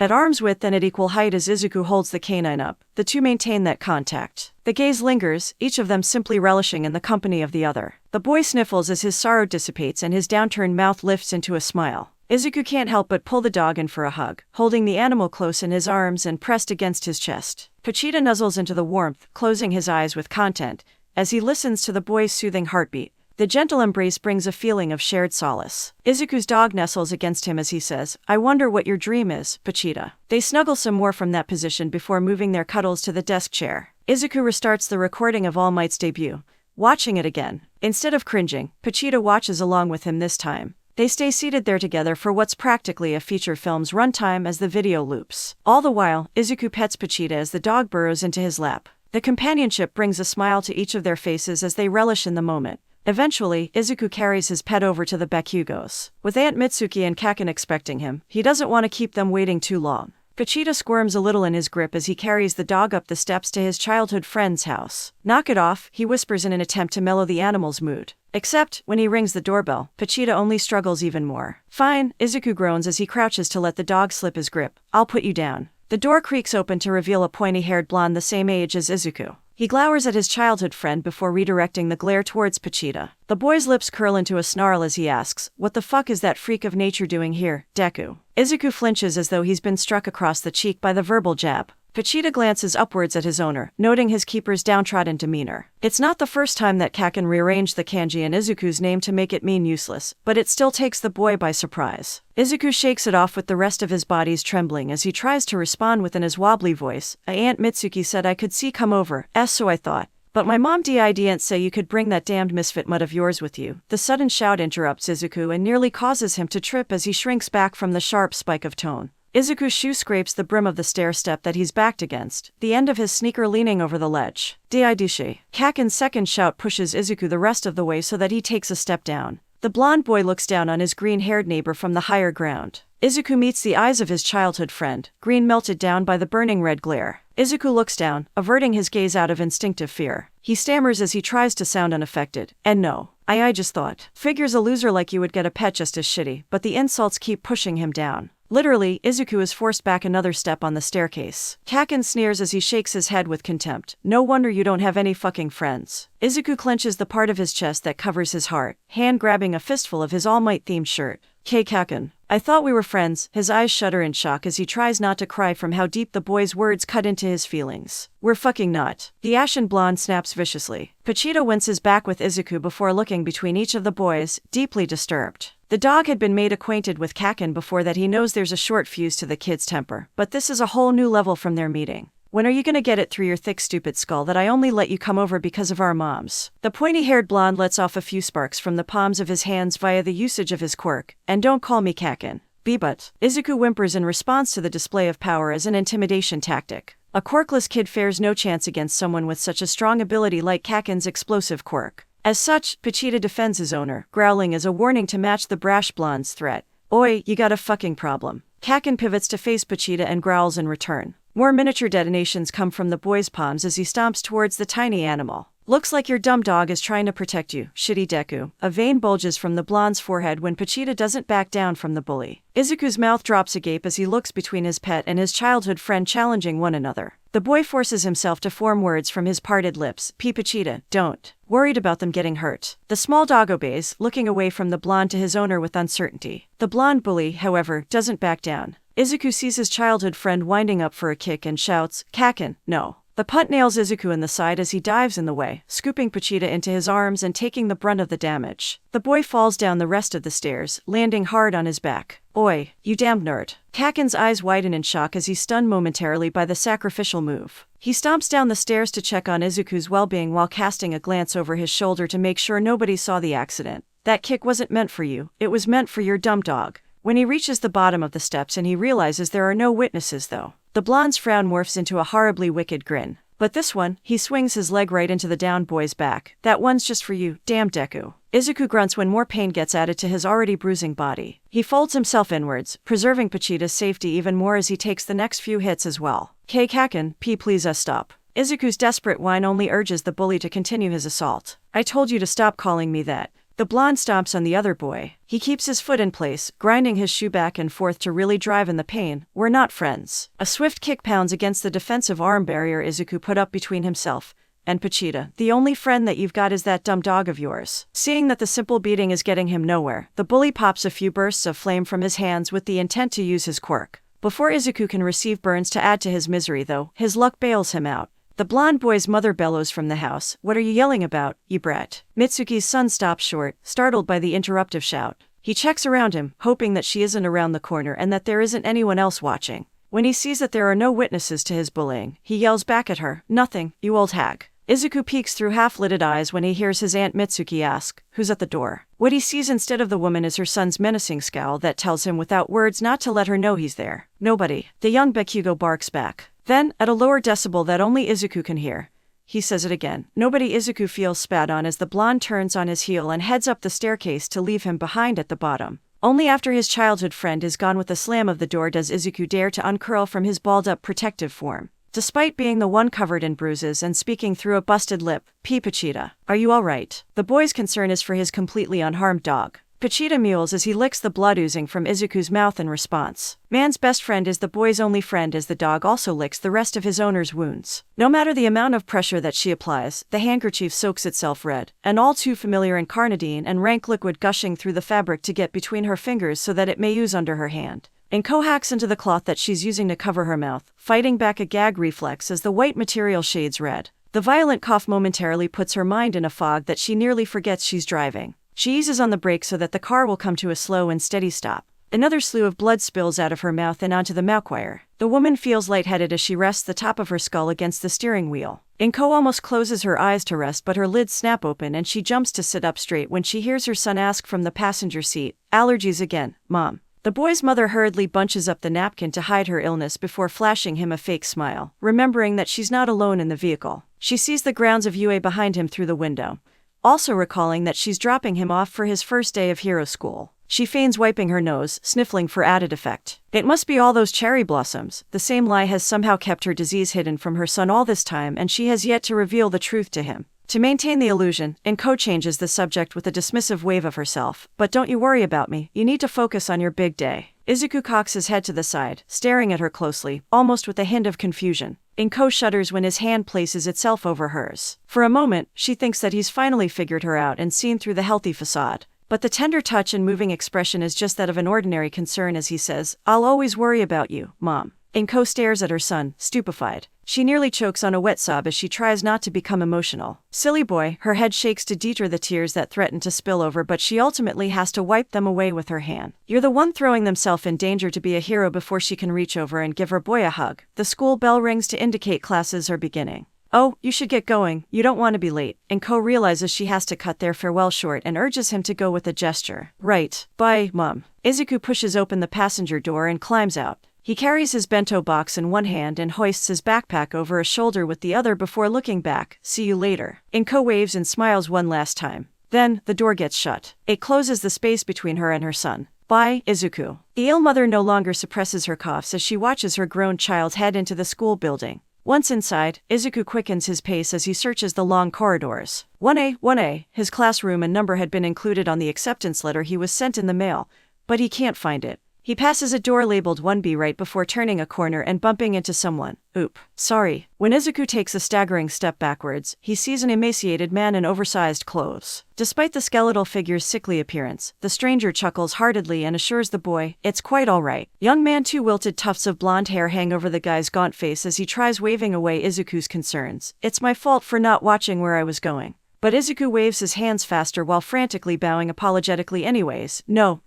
I insist. It's my fault. Concern is written all over the boy's face as he stares up at the haggard-looking man. Are you okay? He worriedly looks behind him and leans to check beyond the hall. Perfectly fine. The gangly blonde continues gesturing with his hands to assure Izuku before returning the boy's concerned expression. Are you okay? You look lost. Izuku bristles a bit at the reminder of his tardiness. He bashfully scratches the top of his head while glancing over his shoulder once more. Oh, yeah. You wouldn't happen to know where Class 1 is. The blonde's smile looks oddly familiar to Izuku. You're on the right path, but he's much too locked into the details of finding his class to think deep about it. Just keep heading the way that you're going and you'll find it at the center of the hall. Thank you. Thank you so much, sir. Izuku returns the man's smile and bows a few more times to express his gratitude before jogging down the corridor. The blonde watches the boy go before continuing on his own way in the opposite direction. Izuku not too long afterwards finds the entrance to his classroom just as the man had said he would. The door is slightly slid open, left ajar so that the boy can hear the grumbled complaints from someone inside. You're a rowdy bunch, aren't you? It took you all 8 minutes to quiet down. Izuku pushes the door the rest of the way so that he can enter. And he finds himself accidentally interrupting what must be his teacher. An unkempt man with a slender stature and stubble unshaven across his frowning face stands behind the front desk, turning his gaze to the room's newcomer. Sorry that I'm late, Izuku nervously waves when he sees his classmates have also all collectively taken to staring at him. The teacher closes his half-lidded eyes the rest of the way as he sighs. You'll fit right into this class. I can tell. The man half-heartedly gestures with one of his lanky arms towards the desks. Grab a seat, motivating Izuku to hurriedly go for the remaining one at the back of the room. Izuku has to force back a gasp when he sees Kyoka across from him. I shouldn't be expecting any other last-minute students, should I? And the teacher takes that as a sign of some sort to not let him off the hook just yet. And no, sir. Izuku shrinks in on himself as he tries to hide his embarrassment. A few snickers break out from some of the other students. Good, the pedagogue shifts his focus off of Izuku to address everyone all at once, because I'm only going to say this once everyone quiets down and listens intently to the man as he says, "This is the hero course, not a playground. You should act like adults and not children while in this class." The teacher pauses to let the strict doctrine settle in. He then turns to face the chalkboard behind him and writes his name in big kanji. "I'm your homeroom teacher, Shota Aizawa. I'd say pleasure to meet you, but you have yet to prove yourselves hero material to me." The class is taken aback by the statement, but further surprised when Aizawa pulls out a set of UAS exercise uniforms. "Change into your gym clothes and head out to the grounds if you want to change that. And do so quickly. Time is a valuable resource." What about the entrance ceremony or guidance lessons? Another girl that Izuku recognizes in his class raises her hand to object. She's the girl with the brunette bob that he saved from being crushed by the zero-pointer. "There's no use wasting time on that stuff if I deem you can't cut it in the hero course." Aizawa carelessly dismisses her before pointing an authoritative finger towards the door. "Now, hurry along and get changed before I don't even bother giving you the chance to prove yourselves for making me impatient." His tone tightens just enough that the class gets going almost immediately after he gives the order. No running in the halls. A tall boy with blue hair and rectangular bifocals chops his arms as he tries to stop them all from trampling over one another, while a blonde boy with a tail anxiously tries to weave his way through the crowded doorway. Who knew this place was so competitive? Izuku lingers back with the few students that silently agreed it'd be smarter to wait for the traffic to mellow out first, one of which is the purple-haired girl he became friends with beforehand. Kyoka casually waves as she joins him at his side. "Yo, Midoriya. Jiro." "Hey," Izuku exclaims with a mixture of relief and nerves. He's happy to see a familiar friendly face, but her close proximity makes him fidget more than usual. Kyoka smirks, happy to tease the boy that she's befriended. "First day tardiness, huh? Not exactly the best impression to make." She feigns some sass with one hand rested on her hip. "I didn't exactly plan on it." Izuku wrings his hands together while looking down at the floor in shame. Even now, he can still feel some stares lingering on him. When he looks up, he sees his teacher's hard glare and half expects the man's eyes to glow red. Seeing that he's taking her jesting to heart, Kyoka eases up on him. "Nobody tries to be late, you just are." She gives him a light punch on the arm to let him know it's just a joke, but forget that, and then raises her ear jacks as a threatening display to shift his worries to her. "I want to know why you didn't tell me that you made it in or that we'd be in the same class." Izuku's eyes expand as wide as his mouth opens when he realizes that he's in danger. The boy may not have much experience with girls, but he knows enough from his mother to understand he made a mistake. "I am sorry." He tries to calm her down with a panicked apology, but Kyoka shows zero mercy, jacks jabbing him in the side of his neck to deliver a small shock.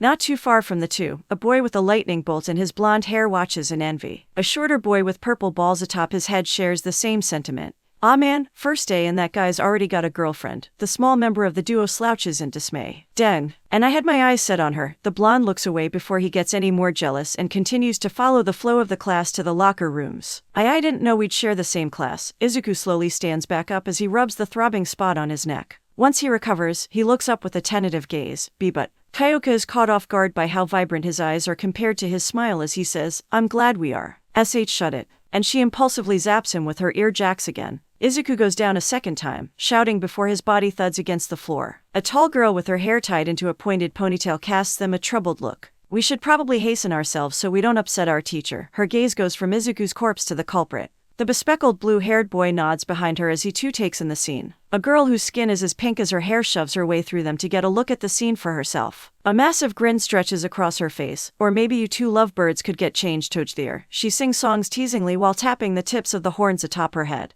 "Awa, they're so cute together." Another voice comes seemingly out of nowhere. It takes everyone a moment to realize the empty space that spoke wasn't a ghost, but an invisible girl only visible by her floating school uniform.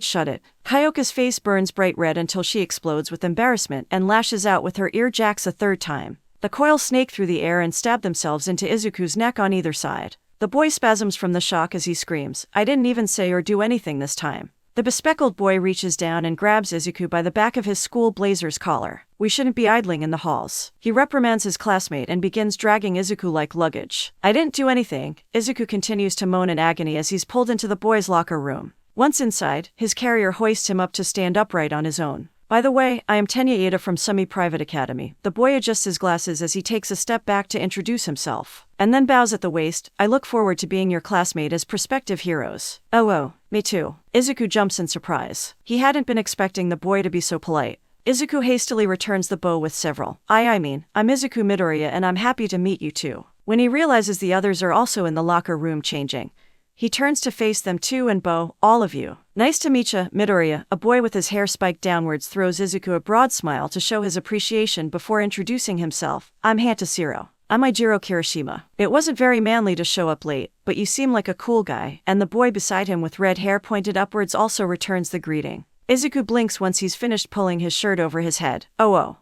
Thanks. Confused by that last part from Ijiro about being manly. But the macho boy moves on from introductions to invading Izuku's personal space before Izuku can have the time to dwell on it. Whoa, what's with that little thing? Is that your quirk? Ijiro is roped in by the small cord dangling from Izuku's sternum. Izuku's childhood friend scoffs from a nearby bench to make matters worse. The blonde finishes zipping up his PE jacket before shoving his hands in his pants pockets and storming off. Izuku opens his mouth to call after the boy, but swallows whatever words he could have said instead. He hadn't noticed Katsuki Bakugo in his class roster until now somehow, but he figures he shouldn't be surprised. Izuku's gaze returns to Ijiro when he turns his head back to attention, and he places a hand over the wire exposed upon his bare chest.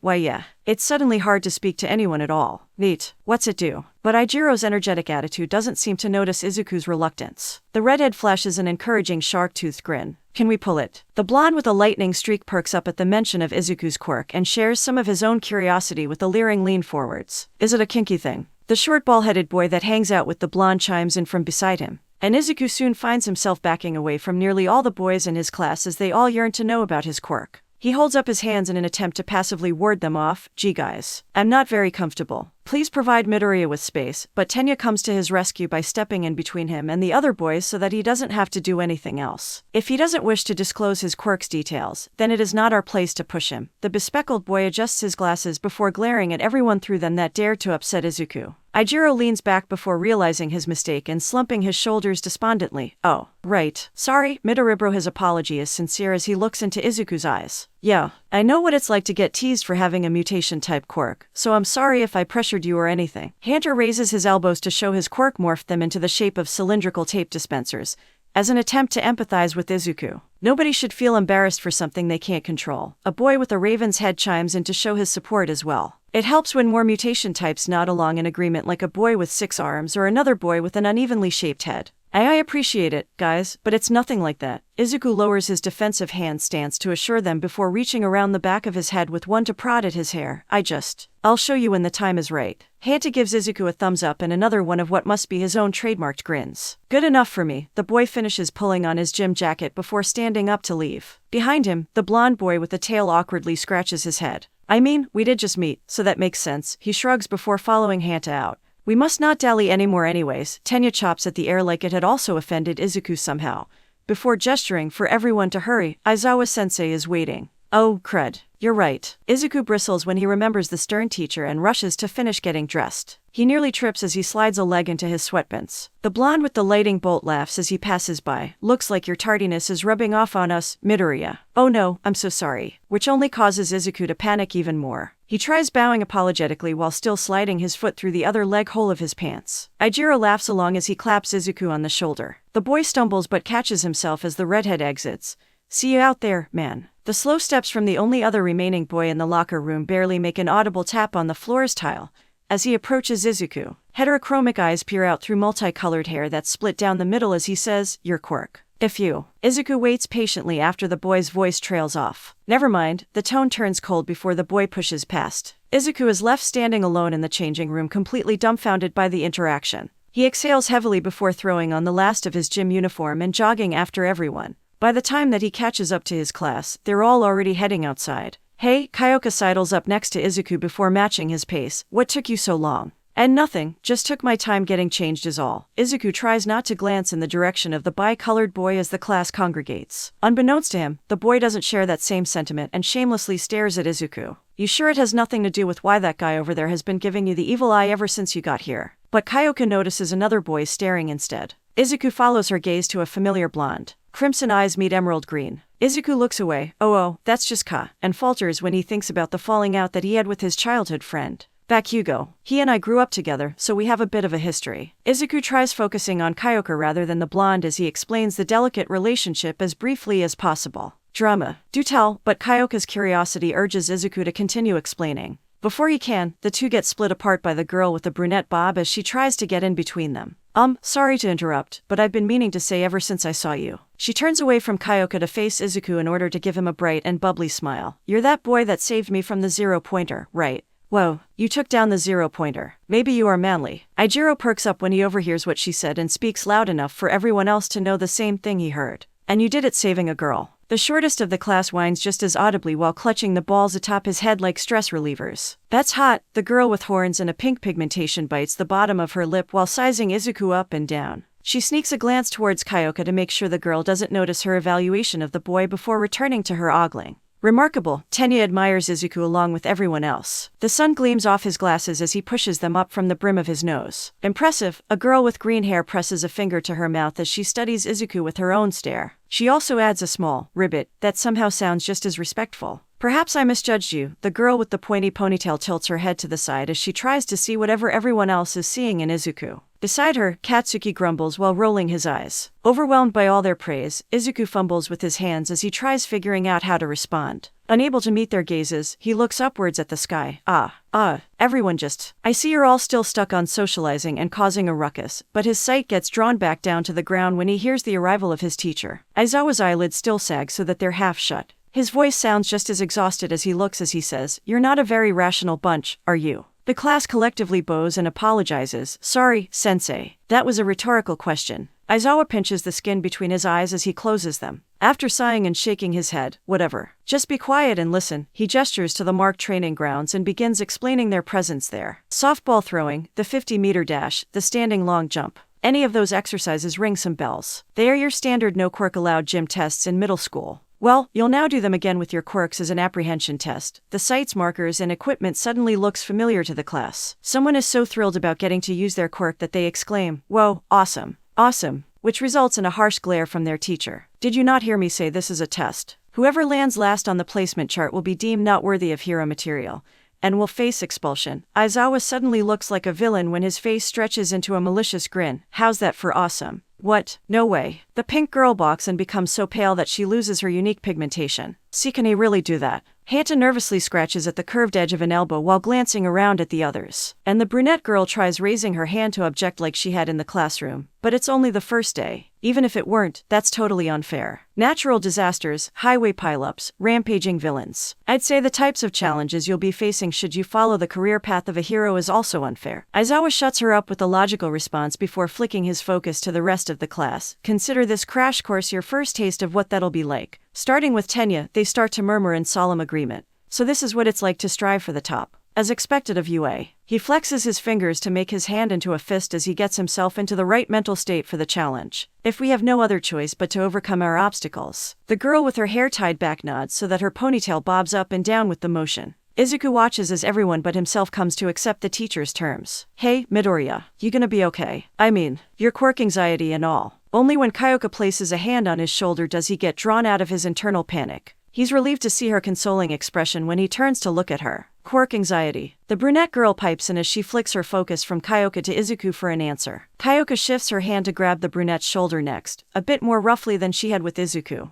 Yeah, so keep your trap shut about what you saw when he saved you, alright. Her voice takes a sharp tone that surprises both the girl and Izuku before it levels out. For his sake, you'll do it if you're truly grateful. Oh okay, the brunette responds with a shaky nod. Then she stiffens straighter and nods with more resolve. I won't say anything. I promise. There's a commitment that time for her affirmation. Thanks. Izuku looks between both girls before turning his gaze downwards. He finds himself staring at his chest, placing a hand over his heart. But I'll have to use it eventually. And then there'll be no hiding. Izuku's voice catches in his throat before he can finish what he's saying. Bakugo. Aizawa singles out the blonde boy but his shout gains everybody's attention. Izuku is especially drawn to the mention of his former friend. How far could you throw in middle school? Aizawa waves Katsuki over from the rest of the class. 67 meters, Katsuki mumbles his answer while kicking a pebble that's in his path to the teacher. Try now with your quirk. Aizawa holds out a softball for the boy to take. After Katsuki grabs it, the teacher produces a handheld device that will track the distance the ball gets thrown. Give it all that you've got. He nods for the blonde to go ahead and perform to the best of his abilities. Katsuki looks between the ball in his hand and the teacher as he registers the permission to use his quirk. Kev, you want me to add some boom to my pitch, eh? He tosses the ball up and down to catch a few times as a wicked grin spreads across his face. Then, Katsuki winds up for the pitch, and he lets loose. Die. A massive explosion erupts from his palm that launches the softball into the stratosphere. Die. Izuku questions the brash boy's war cry under the cheering chorus of OOOs and ahs. Manly. Ijiro shouts through his shark-toothed smile. Izuku swears that he sees stars in the redhead's eyes. The applause diminishes when Aizawa starts speaking again. It's important for us to know our limits. The teacher's voice demands everyone's undivided attention as he explains the purpose of the physical exercises. That's the first rational step to figuring out what must be done to surpass those limits. He then shows them all the reading on the handheld device. 705 meters. Seriously? The invisible girl expresses her astonishment with a full-body recoil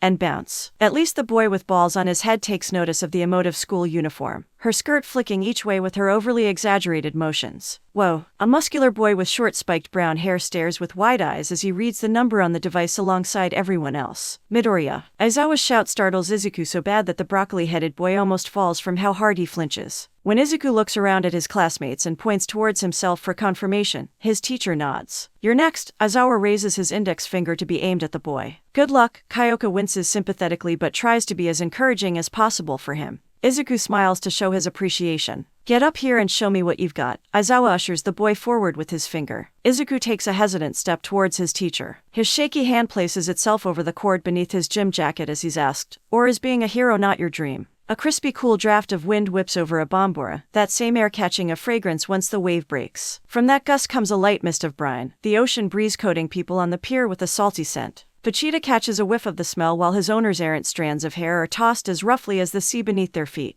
The rotting posts of the old pier creak with each step as they push through the rush of wind. Izuku holds an ice cream cone in one hand and his dog's leash in the other. He earns a few looks as Vegeta trots ahead of him, chainsaw mounted upon the mutt's head held high and proud like a unicorn's horn. The taste of a chocolate scoop is bittersweet as it melts and drips on the boy's hand. The sweltering sun beats down on them as much as it dries the wooden panels of the decking they walk on. A Ferris wheel moves and slow dizzying spins ahead of the duo, marking the end of the pier. Vegeta yaps at a single seagull that pecks at scraps in a garbage can. The bird flies away frantically, disturbed by the noise. The fry that had been in the winged animal's beak falls onto the floorboards below, abandoned. Vegeta picks up the piece of food with his tongue and swallows it for himself, licking his chops with what must be self-satisfaction. The small dog's name tag sways with a jingle when he looks up at his owner for some sort of praise. Izuku just laughs and bends down to pat his pet on the back. The vending machines occupying the guardrails hum as the two pass by. An elderly couple whisper while they occupy the bench by the Ferris wheel. Izuku sighs as he finishes his ice cream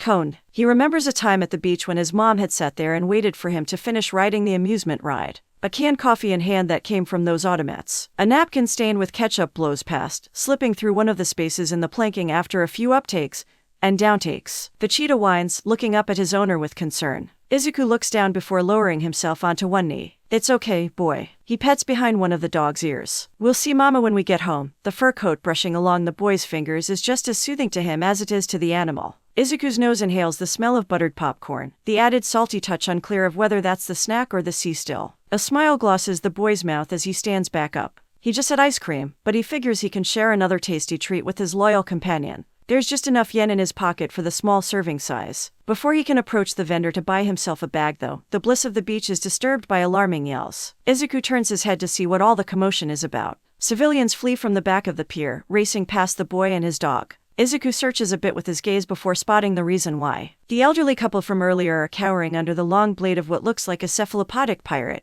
The child's eyes widen with shock. He knows what's happening thanks to watching so many videos on the internet, but he's never seen a villain attack in person before. Reacting without a second thought, Izuku's legs move on their own. He lets go of Vegeta's leash and runs towards the danger without any sense of how to help despite the desire to do so. The criminal's head turns, noticing him. The villain's face is the mantle of an octopus, tentacles trimming the bottom like a beard. The broadsword in one of the fiend's many suction-cupped hands flicks from the seniors to the minor. Back off, stupid kid. A gurgled threat comes from the villain's mouth as he does an intimidating prodding gesture with his cutlass. Izuku doesn't listen. He ducks under the blade and latches onto one of the pirate's high-booted legs. Though small and light, the boy's improvised plan is to hold the criminal in place long enough for the seniors to escape. Run! Izuku shouts as he interlocks his fingers to strengthen his hold on the villain. He closes his eyes as tight as his grip when the criminal tries shaking him off in protest. Get out of here. Izuku yells again in the hope that the elderly couple will listen and use his distraction as the chance they need to flee. When he hears the sound of feet pounding against wooden floorboards, he's relieved to know that he succeeded.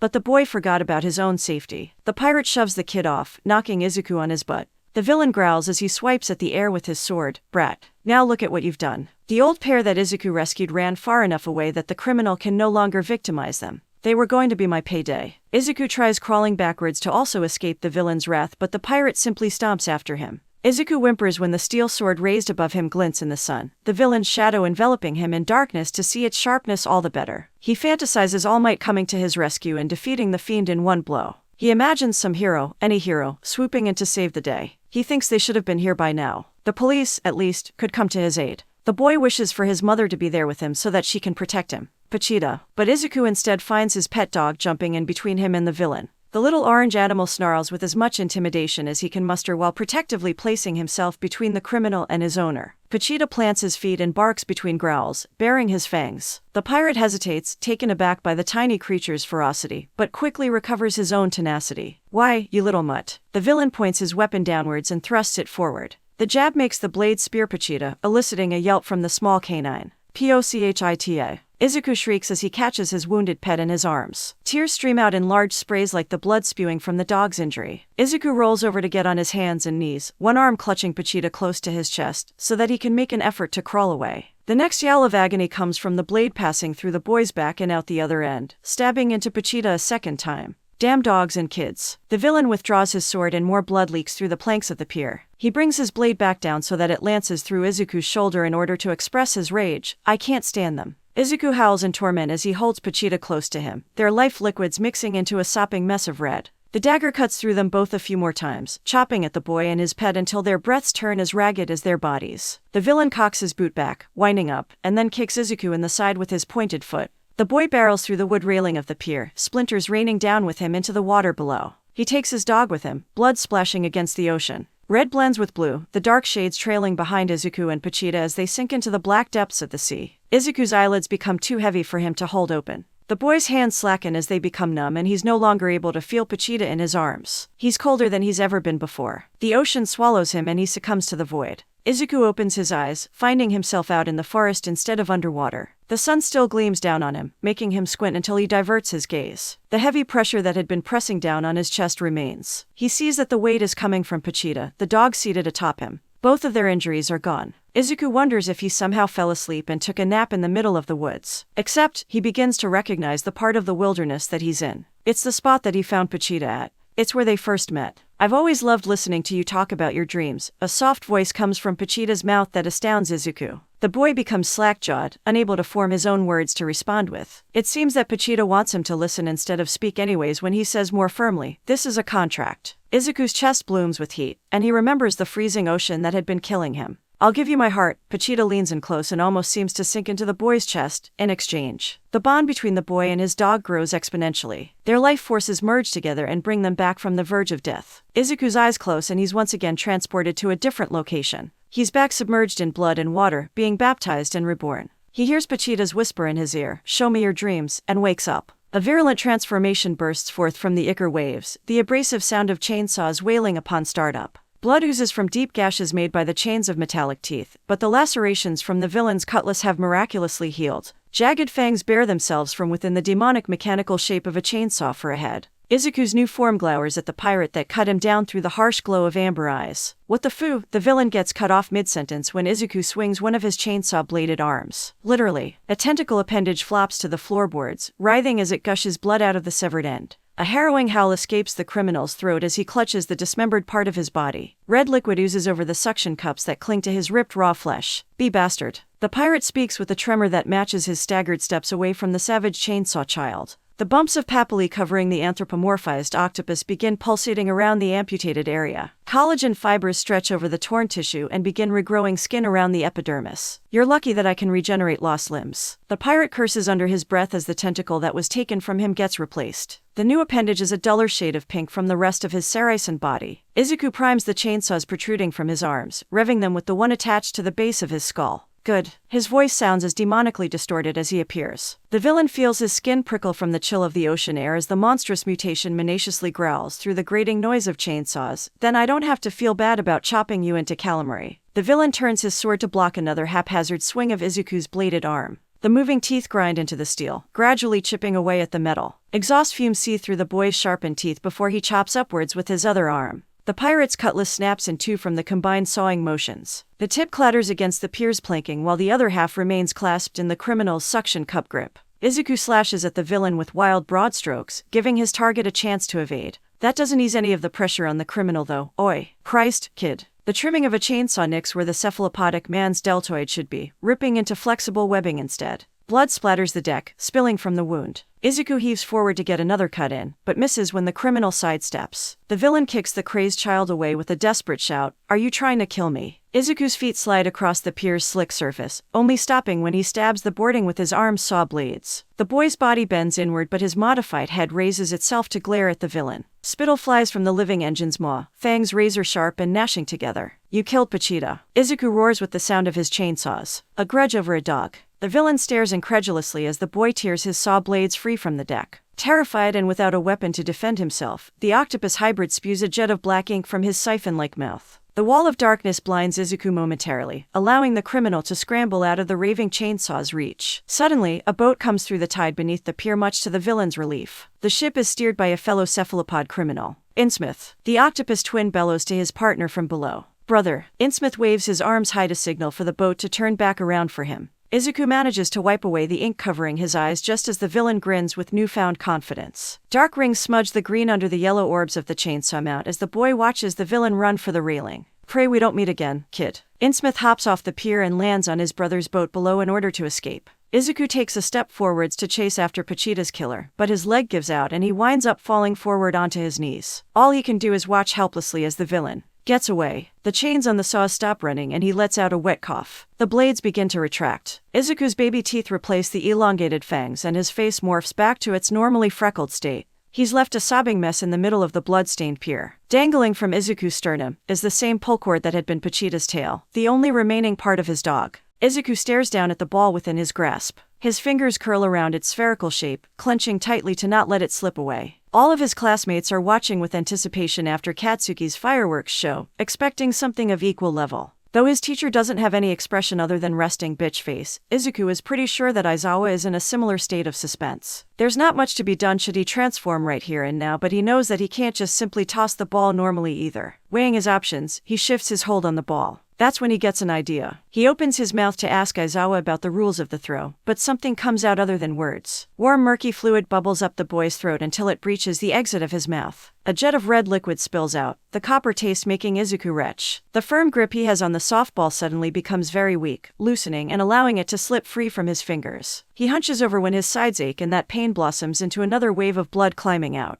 Izuku's throat burns more than his ribcage as he coughs on his own bodily fluids. Midoriya. Kyoka moves forward to help her friend as soon as she notices his extreme nausea. But the other students crowd in front of her, blocking her path. They express their own concerns and drown the girl out. "Bro, are you okay?" Ijiro refrains from pushing past the collection of students. His arms extend and retract, unsure of whether to reach out and help or stay back. "Nod your head if you require CPR." Tenya tries shouting over the concerned crowd as he robotically searches with a stiff neck for some sort of medical practitioner. A vein bulges from Aizawa's forehead before he has enough of the commotion, and silences them all in one fell swoop. "Everybody just calm down." The class recoils in fear from the scary shout. Meanwhile, Izuku still struggles to get a hold on his breathing. "Midoriya, are you feeling all right? Can you tell me what's wrong?" Aizawa places a consoling hand on the boy's back as he leans down to the same level. "I'm fine, sensei." Izuku wipes his mouth with the back of his hand. The blood on his lips smears across his cheek from the motion. Just." Another coughing fit stalls the boy's speech. When he finally gets a handle on himself and he comes up with an excuse, his eyes widen with realization as he says, "It's just allergies." All the times that his mother had similar hacking habits suddenly set off alarms in his mind. Allergies don't cause internal bleeding. Aizawa pinches the bridge of his nose as an exhibited sign of vexation. When his hand falls away from his face, he doesn't hide his frown either. "I think you should go see Recovery Girl," though the teacher's tone conveys an amount of worry Izuku usually only hears from his mother. Izuku forces himself to stand upright, trying to blow off the incident as casually as he can. "Really, I'm fine," but his hoarse throat heaves a nasty cough that puts him back down.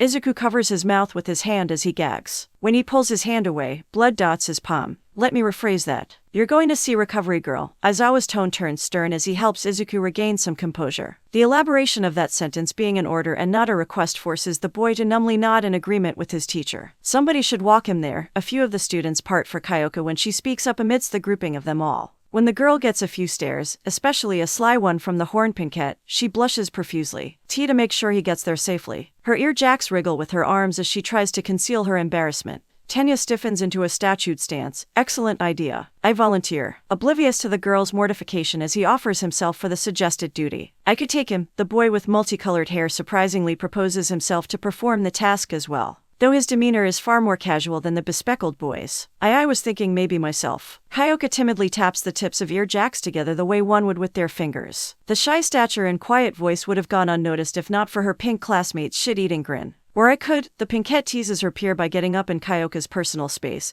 and wiggling her eyebrows suggestively. Nobody needs to go with him, but Aizawa puts a stop to the fun with his usual grumpy attitude. The teacher turns towards Izuku and turns down his temper to ask, "You're capable of getting to the nurse's office alone, right?" "Why yeah. I'll be fine." Izuku shakily nods before facing his class and forcing an assuring smile. "Thanks for offering though, everybody." "Of course." Tenya returns the smile with one of his own.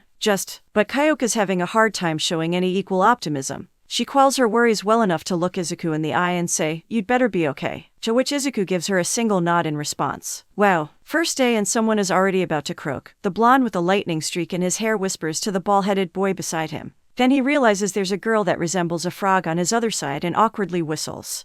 No offense. He scratches his head nervously with a forced laugh in a failed attempt to make the wisecrack slide. As Izuku heads for the facility doors to go back inside, he notices somebody watching from the sidelines of the field. Recognizable by the man's extremely gaunt appearance, the boy recalls the skinny blonde as the person he'd bumped into while looking for his class in the halls. Though the odd fellow's eyes are sunken in, bright blue orbs find Izuku's eyes and convey compassion. A breeze brushes through Izuku's green curls as he passes by the man's hiding spot. Then he steps inside Yue and leaves the blonde behind. Though he's curious about the stranger watching the performance of he and his classmates' quirks, he's far more concerned about the recent revelation of his mother hiding her bloody cough from him. That is, if his hunch about her using the same excuse as him is true. The boy's thoughts linger on his mom's well-being as he heads for the nurse's office, and not his own, despite a few more wet coughs escaping his mouth on the way there. When Izuku finally reaches the closed entrance to Recovery Girl's small infirmary, he overhears the tail end of a joke muffled by the barrier. "Did you hear about the guy who lost his whole left side? He's all right now." The comedian's voice is one that the boy is all too familiar with, that he knows exactly who's on the other side of the door before he slides it open.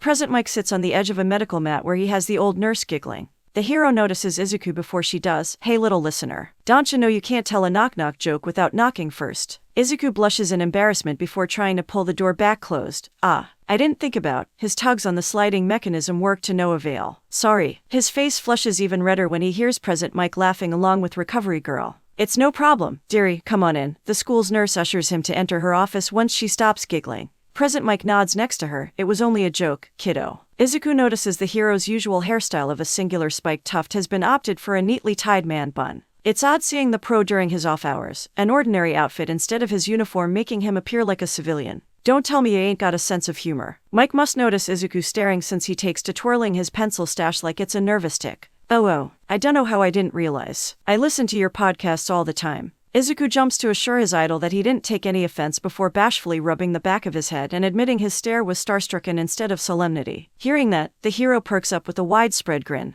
"Ho ho, a fan, eh?" He snatches a sticky note from a dispenser and steals a pen from Recovery Girl's white coat before asking, "What's your name, little listener? I'll give you an autograph and a shout-out the next time I go live." Izuku's head nearly snaps off from the amount of whiplash that goes into his eager lean forward. Really, that'd be amazing. Tiny glimmers of light dance in his eyes like stars twinkling in the sky. Present Mike laughs before gently bopping the boy on the head with his pen. "Not without your name, it won't be." Oh, right. Izuku slaps his hand against his face when he realizes his mistake. Then he quickly bows in order to properly present himself. "My name is Izuku Midoriya, sir." Recovery Girl shakes her head in disbelief. "No need to be so formal with this goofball." Midoriya the nurse gestures with her specialized cane towards the hero. "Hisashi here is probably more childish than you are," before handing him two small white devices. "It's a wonder Nezu ever allowed you to teach." "Hey." Present Mike defensively whines despite not actually taking any offense to the teasing. His voice reverberates throughout the small medical station, shaking the window's pane and nearly causing the glass to burst. I told you to be cautious about using your quirk when you get too rambunctious, which earns the hero a smack on the head from Recovery Girl's walking stick. Due to the cane's abnormal size and depth, it leaves a giant welt on the man's skull. It's shouting like that which led you to needing those hearing aids. She gestures to the two tiny objects that she handed him as though she never walloped him though. Hearing aids. Izuku disregards the nurse's poor bedside manner for the same reason. He's intrigued by the two pods that the hero sticks into the crevices of his ears. He wouldn't be here if he didn't damage his hearing with his own quirk all the time. Recovery Girl tuts with a wag of her cane. The blunt object's movement puts the hero on edge, making him wince reflexively. One of my drawbacks, kid, everybody has them. Mike chuckles to calm his own nerves before snapping his fingers together and pointing towards the boy. But don't go telling anybody about it, okay? It's our little secret.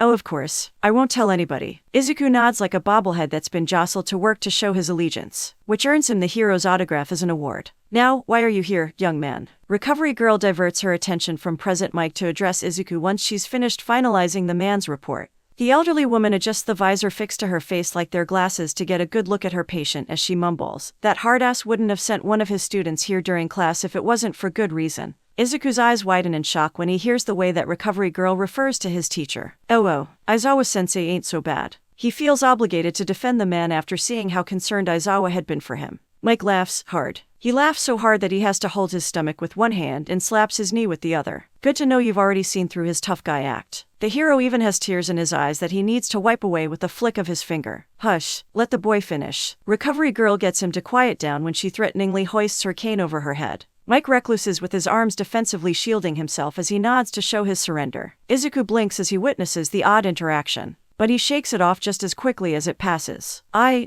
just started coughing up. Blood. The matter of his health is much too glaring for him to worry about heroes getting abused by old ladies right now. Mike and the nurse share a quick glance before Recovery Girl starts searching through one of her desk's drawers. Really now? Any theories as to why? Izuku shrugs and stares down at the floor. No, that's why he sent me over. Grinding the crook of his shoe into the tile suddenly feels as oddly calming as it did to pet Pachita. Alright then, have a seat and I'll run some tests. Recovery Girl finally finds the tool that she was searching for and gestures to have Izuku sit down. In order for the nurse to make room, however, she first shoos her other patient away from the spot. As for you, you're a grown pro hero. Quit your whining and get back out there. She practically chases present Mike out. Oh, but I didn't even get a lollipop. Mike complains like the man-child he is as he's pushed out the door. His heels screech against the floor in protest as he tries to stop the mad woman from forcing him to leave. Shoo, you buffoon. But it's no use when she resorts to violence again by raising her giant walking stick. The massive syringe-styled cane swings like a broadsword that the hero has to dodge with a duck. Nice meeting you, Midoriya. Mike shrieks with a wave goodbye before fleeing the area with speeds that would rival the pro-hero ingenium. The blonde even manages to kick up dust in his wake like smoke from an engine's exhaust pipes. You too. Izuku calls after Mike in the hopes that the hero can still hear him. Then, Recovery Girl slides the office door closed. Now, tell me, when did you start coughing up blood? The nurse uses a stethoscope to check the boy's heartbeat first. During our quirk apprehension test, Izuku glances nervously at the other medical equipment she has on standby though. Some of the tools look like they'd cut more than his chainsaws once he transforms. That man, skipping ceremonies and straight to business. Recovery Girl's face tightens like she just sucked on a lemon. She finishes listening to his heartbeat and begins to take his blood pressure while asking, was it outside? Izuku raises an eyebrow, surprised that the woman guessed correctly.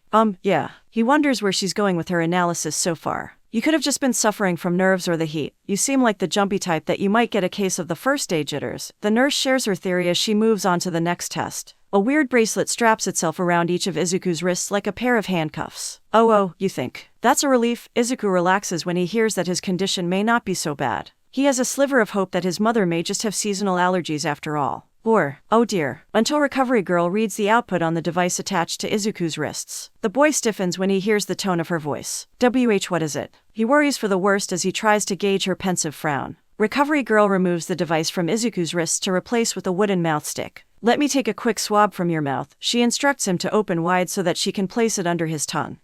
Izuku tries not to gag on the stick in his mouth as he lets her move it around to get a sufficient amount of saliva. Once Recovery Girl is finished, he swallows the remaining amount of spit that she didn't get. Good boy. He's suddenly taken by surprise when she shoves something else into his mouth though. Have a gummy much to his relief. It's just a sweet treat that tastes like cherry once he begins chewing on it. Thanks, he mumbles through a mouthful of the small snack before swallowing it down. Recovery girl sticks the DNA sample into a machine that quickly provides results. The nurse looks through a microscope at the slides. Oh my, her tone from earlier hasn't changed. Midoriya, does anyone in your family exhibit similar coughs often? She spins around in her chair to face the boy that she's taken to studying.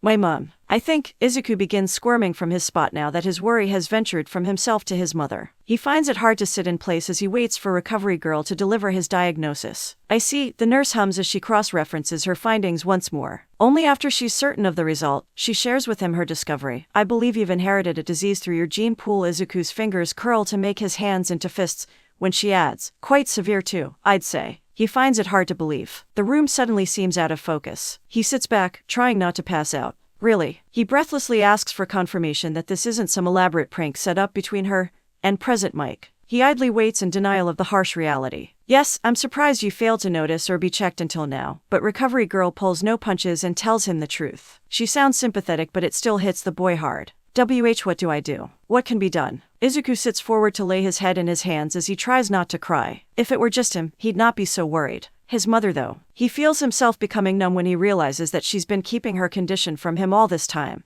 Not much, I'm afraid. Recovery girl gets up from her chair and uses her cane as a crutch to get near the boy. Once she's in his proximity, she places a consoling hand on his knee. First and foremost, I think we should call your mother. She tries to sound as soothing as possible when she sees how rough he's taking the news. Oh, yeah. He numbly nods when he thinks about actually talking to her about it. Now that he's inherited her sickness, he can only imagine how she'll take the news herself. She's gonna freak out, he sighs in sorrow. I can imagine. Recovery girl nods in understanding. She gestures to a spare cot for him to lay on before going for the landline phone. In the meantime, you can rest here and take the rest of your classes off. Hearing that he'll be kept in the nurse's office and isn't allowed back to class, Izuku sits up straight with a sudden renewed source of energy. He tries to argue, but, no buts, young man. I don't want you straining yourself any more than you already have, but gets met with a whack on the head like Present Mike had. Izuku rubs the throbbing bump that recovery girl leaves behind. But it's the first day. His whine is both a mixture of physical and emotional pain as he surrenders to the nurse. He's led to the bed against his will and plops down in defeat. Which means you won't miss much. Recovery girl has the kindness to offer him assurances at the very least before leaving him to wallow in self-pity. I'll write the proper notes for your teachers that you should be fine. Okay. Izuku slumps over to rest his head on the bed's soft pillow with a sigh. Before long, he's closing his eyes and drifting off to sleep.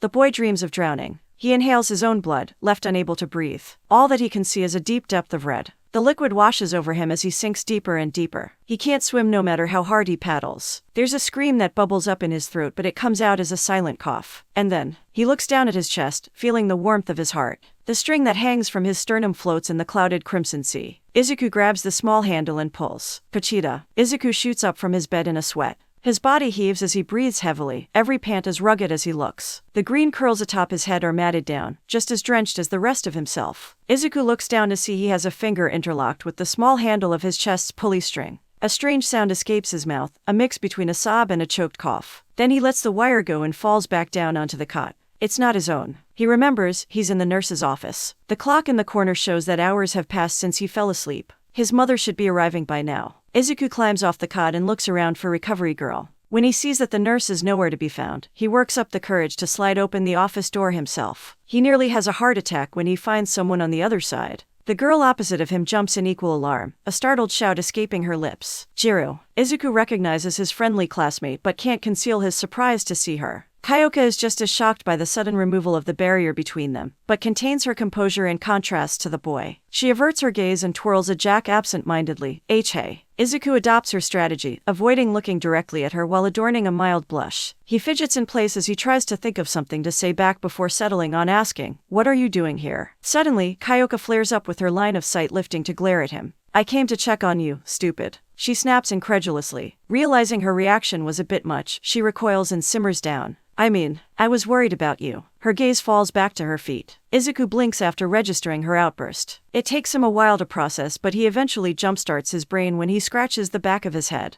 "Oh, I never did come back to class, huh?" A dry laugh escapes his lips when he thinks about his first impression to his peers. "Everyone kept asking about you," Kyoka consoles him as though reading his mind. When Izuku hums skeptically, she shrugs. Well, mostly everyone. Her own laugh is just as null and void of humor. Like you said, that wasn't my best impression to make on the first day. Izuku means to sigh but groans instead as he places his head in his hands. Could have been worse. Kyoka tries assuring him again with a shrug but then remembers that he can't see her with his hands covering his eyes. She tries cheering him up another way instead. I took some notes for you. Oh, thanks, which does manage to make him look up at her. He pauses and asks, so, classes are over, huh? Kyoka nods in confirmation before tilting her head to the side. Are you able to head home now? I guess. Izuku glances around as though he's searching for the answer. When he finds nobody other than himself and Kyoka still, he shrugs and explains, recovery girl called my mom and I fell asleep waiting for her. Gotcha, Kyoka nods. A moment of silence passes between the two before she takes to her habit of curling an ear jack on a finger. I was gonna say we could walk together, but...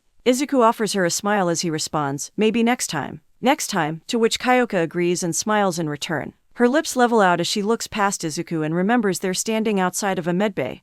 Hey, can I ask you what that cough was all about? Izuku's mind buffers, the boy caught off guard by the question. He looks away, mulling over his answer in his head. He suddenly understands, to an extent, why his mother had kept her illness hidden from him. It was nothing major. He blows off the matter by forcing his smile to come back. I'll be fine. Though, Kyoka doesn't seem so convinced. You know, I can hear a person's heartbeat to tell if somebody is lying to me.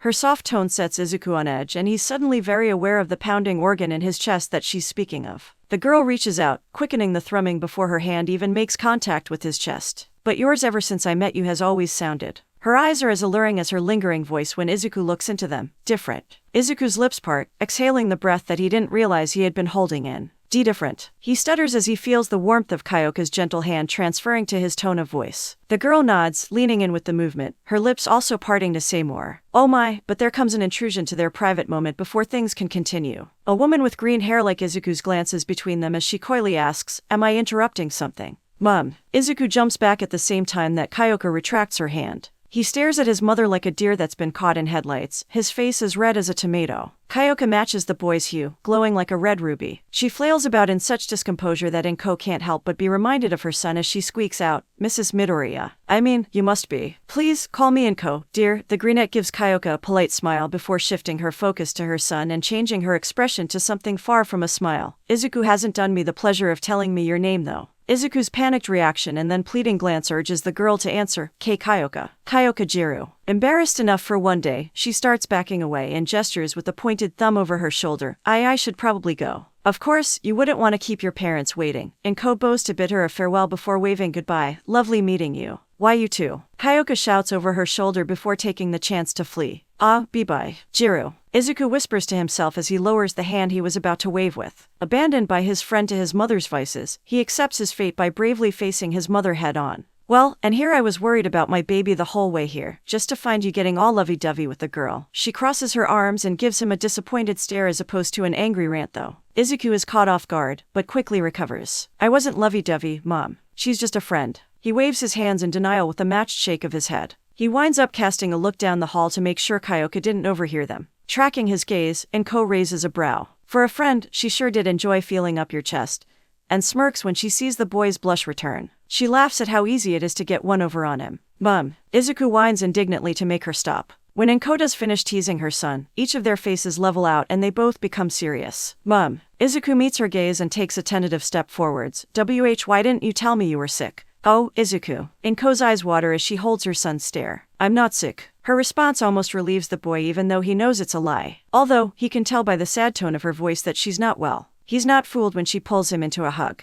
It's until Inko says, I'm dying, that he realizes she was just clarifying the severity of the disease, and not telling him she'd be okay. Things wouldn't be okay again for a long time. A searing sensation of pain pulls at his face, taking the rest of his head with the force. All of the structure to his neck tightens, straining with the arched backwards drag of parabola. No longer can he see anything but the blue sky, colors blotting his vision with the clouds. A thin wire swings in the air, reflected by a dim beam of sunlight. He can't locate his torso or his legs, but he knows they're falling with him thanks to that skinny little string. As he descends, he can feel his chest tightening. The boy's bated breath quickens while he braces for impact. The bright atmosphere above him darkens as it's covered by a cement ceiling. When he touches down with the mixture of gravel and dirt beneath his body, He stares straight upwards at the bottom of a bridge. A canal runs behind him, the flow of the river's resonating sound flooding his ears. Then the cackles of bullies break through his hearing like little popping bubbles. His vision swims and he feels like he's drowning when a warm liquid dribbles down from his right nostril. The same way he had been dragged here against his will, Izuku is manhandled by the group of 3 other boys to get propped upright.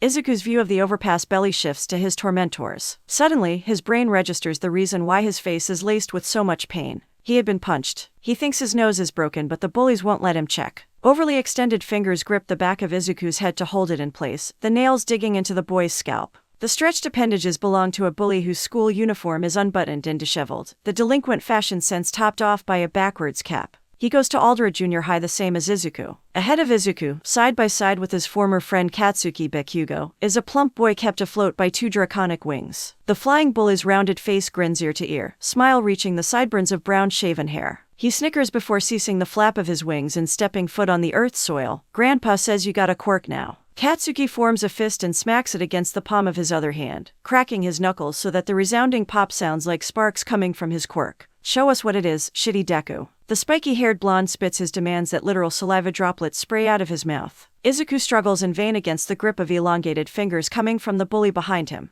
The sound of rushing water in the canal reminds the boy of his transformation on the pier. Tears prickle at his eyes and his lip quivers before the rest of his body begins shaking. I can't. Katsuki's eye twitches, his knee-jerk reaction to the refusal one of anger. Why the fuck not? The blonde glares into the innocent green orbs of his former friend with burning red dots in search of an honest answer. When Izuku doesn't respond right away, Katsuki comes to his own assumed conclusion. You think it's better than mine, nerd. I doubt that, the bully with stretched fingers cackles confidently. A cocky grin stretches across his face as he tilts his head to one side. You sure you heard right, Tsubasa? Maybe your grandpa meant someone else. I know what I heard. The bully with wings bristles before crossing his arms. He holds the pose while pondering to himself in deep contemplation for a bit. Then, snaps his fingers upon having an epiphany. I know. Get his shirt off. What? The boy forcing Izuku to stay still jerks Izuku with him when he recoils in shock. Katsuki doesn't have quite as outward a perturbed reaction other than his face scrunching up and the question, why? Tsubasa flaps his arms at his sides with the beat of his wings, agitated that his friends aren't listening to him. There's supposed to be something attached to his chest, just do it. He begins stomping towards Izuku to prove his claims himself. However, a grin finds itself on his face when Katsuki comes with him moments later. And no, wait. Izuku's eyes widen when he sees the 2 bullies reaching for him. He twists and turns his body so that they have a hard time removing his school blazer. The resistance is met with extra force, the 3rd bully's fingers clinging to him tighter. Hold still, fucking Deku. Katsuki complains when Izuku successfully makes the fabric of his shirt slip through the blonde's fingers. The bully's victim only prolongs the inevitable though. Eventually, Tsubasa's and Katsuki's combined efforts rip Izuku's top covering off. A string dangles from the boy's bare chest, earning a sneer from Katsuki. What the fuck is this shit? Whoa, talk about lame. Tsubasa gives the wire an unimpressed look. It had slipped free from Izuku's clothes when he had been punched, but the winged boy and the other bullies had failed to notice it until now due to how small and thin it is. Katsuki turns his head side to side, giving the anatomically incorrect attachment a more analytically critical stare. The blonde's eyes squint until they can't narrow anymore without closing. What are you, a shitty wind-up doll? He sounds disappointed while his face morphs into a deep frown. The bully holding Izuku breaks into a fit of laughter. Yeah, you gonna play us a lullaby if we pull on it? His stretched fingers probe for the thin string's handle with a tiny twiddle. Izuku draws away from the prying hand, panic overtaking his features. No, don't. But his rebellion is easily overpowered and he can only watch with wide eyes as the string attached to his sternum gets pulled on. It's not Izuku's words that sputter, but the ignition of chainsaws that rev themselves to life. Metallic teeth wrest away the flesh of the boy's forearms, the mutilated meat making way for the bar that cleaves between his ring finger and middle finger. Blood doesn't just gush out, the liquid bursts forth in violent jets of red. Izuku's face is torn down the middle, ripped apart until the mangled flesh caught on the suddenly sprouted saw's chain flings off the sharp bits of steel and splatters into the dirt. Pointed fangs and a yellow glare surfaces from the groom. Holy shit. The boy that had been holding on to Izuku loses his grip immediately. He retreats from the chainsaws to hide behind Katsuki and Tsubasa. What the fuck? Katsuki is aghast by what he sees. Sweat dribbles down his forehead and he pants heavily, overwhelmed by the heat of what feels like a dangerous fire that's just been lit. Izuku recluses from them, pointing the chainsaws sprouting from his arms downwards so that they do no accidental harm. I told you not to. His voice holds an echo of how he'd usually sound that matches his mannerisms. But there's a malformed quality to it that still leaves the bullies wary. Don't be scared. I won't hurt you, I swear. Izuku's sharp teeth glisten with his own blood. This is crazy. Tsubasa takes a step back to put some distance between the chainsaw boy and himself. The wings on his back quiver, ready to take flight should he be forced to choose between fight or flight. Izuku's chainsaw-mounted head swivels towards Katsuki, desperation radiating from the yellow orbs that serve as his set of eyes. The blonde boy flinches back when he meets the stare, but he at least recognizes the pleading shout that comes from the demonic visage, Kaken. Fuck off. I ain't scared. Katsuki snaps when he hears the annoying nickname that the nerd had given him when they were younger. He's reminded of the timid boy that he grew up with as a neighbor and looks past the chainsaw transformation. He's still the same old weakling Deku. Tsubasa shoots Katsuki a look of uncertainty, still iffy about Izuku's metamorphosis. He keeps his feet planted, refusing to go anywhere near the macabre of chainsaws. But Bakugo. Now he's got a. The boy pauses to glance over at Izuku before lowering his voice just above that of a whisper, a villain's quirk. Still hiding behind Tsubasa, the bully with the backwards baseball cap hears his friend and has an epiphany. No way, I just realized. The delinquent raises one of his shaking stretchy fingers to point at Izuku. You don't think his dad is toxic chainsaw, do you? Hearing that accusation about his absent father, Izuku jumps upright to refute those claims. No. He works overseas. He's not. Yeah, right. I bet that was a lie your mom told you to make you feel better. The long-fingered bully yells over Izuku, shouting before cowering behind the boys that he's using as human shields. Your dad's totally a villain. Tsubasa nods in agreement with his friend while trying to swap places to no longer be the one positioned in front. No, he's not. Izuku wails through sharpened teeth as his arm saws carve into the ground soil. The bullet boy would be weeping if his transformation allowed him to. Tell them, Kaken. Izuku pleads to his childhood friend to defend his family's honor with hopeful desperation. Katsuki holds his tongue, staring at the bizarre monstrification of Izuku Midoriya. He studies the blood-soaked school uniform dangling from the boy's body, the same as the string attached to the base of Izuku's chest. Brown like the dirt, the sleeves are shredded from where the chainsaws came out. Katsuki knows for a fact that quirk isn't even your own, is it? Tsubasa twists his head to look towards Katsuki in confusion. Huh, what's that mean? But the blonde ignores his fellow bullying partner. Katsuki's focus is on Izuku even while the boy avoids looking back at him. Is it DEKU? Katsuki shouts to regain Izuku's attention. Slowly, Izuku raises his steel-covered head. The chainsaw protruding from the base of the boy's skull is a familiar sight to the blonde even if he hadn't seen it on Izuku before now. Kaken, Pachita is. And Izuku's weak wet voice is all the confirmation that Katsuki needs to finish putting two and two together. Tsubasa shares a quick glance with the boy next to him, not quite getting it himself. Bakugo, what do you mean by that? The shaven-headed bully tries prying for answers again when the baseball hat bully shakes his head. Quiet. Katsuki snaps for the two extras to shut up. Then he looks back at Izuku and asks about the nature of his childhood friend's quirk. It was your shitty dog, wasn't it? Izuku rests his head on his hand, propped up by an arm. The boy's gaze is cast down at the lead of the pencil in his other hand that scribbles back and forth. Instead of taking notes during his classes, he's currently doodling on the paper atop his desk. Today is proving no better a day of school than yesterday despite the regular lessons thus far. He can't focus with his mother's poor health on his mind either. When Present Mike urges everyone to participate. Alrighty. Everybody get those hands up if you know the answer to the question. Show me some spirit. Izuku keeps his head down like everybody else. The hero does his best to make the lessons as entertaining as possible, but Izuku just isn't in the mood. It's not until the afternoon when hero training is scheduled that the boy becomes more alert. A gust of wind blowing through the door instead of the window raises the hairs on his neck. Heavy footfalls announcing a huge presence catches his ears. The green in his eyes becomes more vibrant when he looks upwards. The number one hero, All Might, enters the classroom. Izuku's favorite idol is enough to lift his spirits, perking him right up. I am here. The symbol of peace announces his arrival with an extravagant flourish of the cape that trails behind his brisk movements, coming through the door like a normal person. The boisterous boom of the massive man's voice travels through the room, getting the class pumped like a crowd at a concert. It's All Might. Ijiro excitedly exclaims the obvious with an eager lean forward. Stars dance in his eyes, beaming as bright as his pointed grin. Incredible. As expected of UA. Tenya claps his hands together in an effort to get a standing ovation from the rest of the class. He's the only one that gives a round of applause. Is he really gonna teach us? Hanta smiles a bit more broadly than Ijiro as he glances around the room to gauge everybody else's reactions to All Might as their teacher. The pink girl with horns adorning the top of her head points out the outdated suit that the hero chose to wear. That's his Silver Age costume.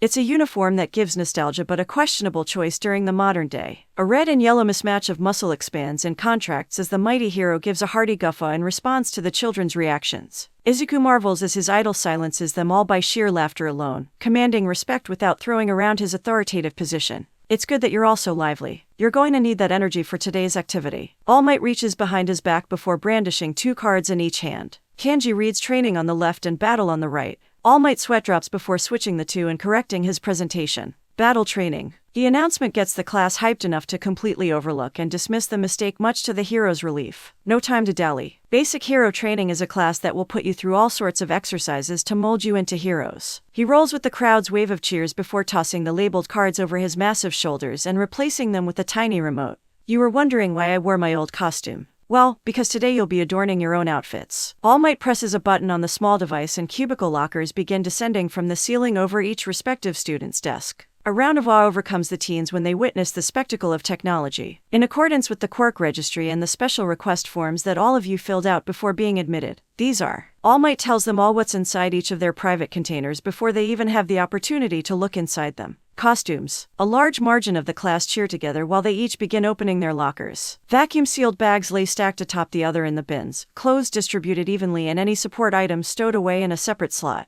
Izuku clutches his own uniforms bagging closely to his chest. He remembers a time when he was younger that he had fantasized what his hero suit would look like. Being such an All Might fanboy, most of his early designs were just rehashes or cheap replicas of the #1 hero. After getting his quirk and maturing with age though, Izuku started to think more practically. Izuku rolls up the sleeves of his white dress shirt, folding them at the cuff and then refolding them until they reach his elbows. It was either a zipper or buttons for him to have easy access to the ripcord fixed to his chest. He went with a button down considering the look could be less conspicuous than a straight-up jumpsuit. To appear a little more formal, Izuku included a black tie. His father had never taught him how to wear one properly, that it hangs loosely, but it matches the untucked hem of his shirt in a sense of style. When Izuku reconjoins with everybody else, he's relieved to see a variety of peers that went both ways so he doesn't have to worry about feeling like the odd one out. He's especially glad to find out Kyoka's costume is much like his own in terms of appearing like ordinary clothes. The girl wears a black leather jacket despite the sweltering sun's heat, which makes the boy chuckle. Her boots have stereos built into their shafts, no doubt for her quirk's optimization, and Izuku's eyes can't help but be drawn to the choker around her neck. Kyoka gives him a once-over during the same time that he takes in her fashion sense. Plain approach, huh? Her smile turns slightly sly as her eyes travel towards his messy tie. Suits you. Having had prior experience fixing her father's ties, she adjusts it properly for him.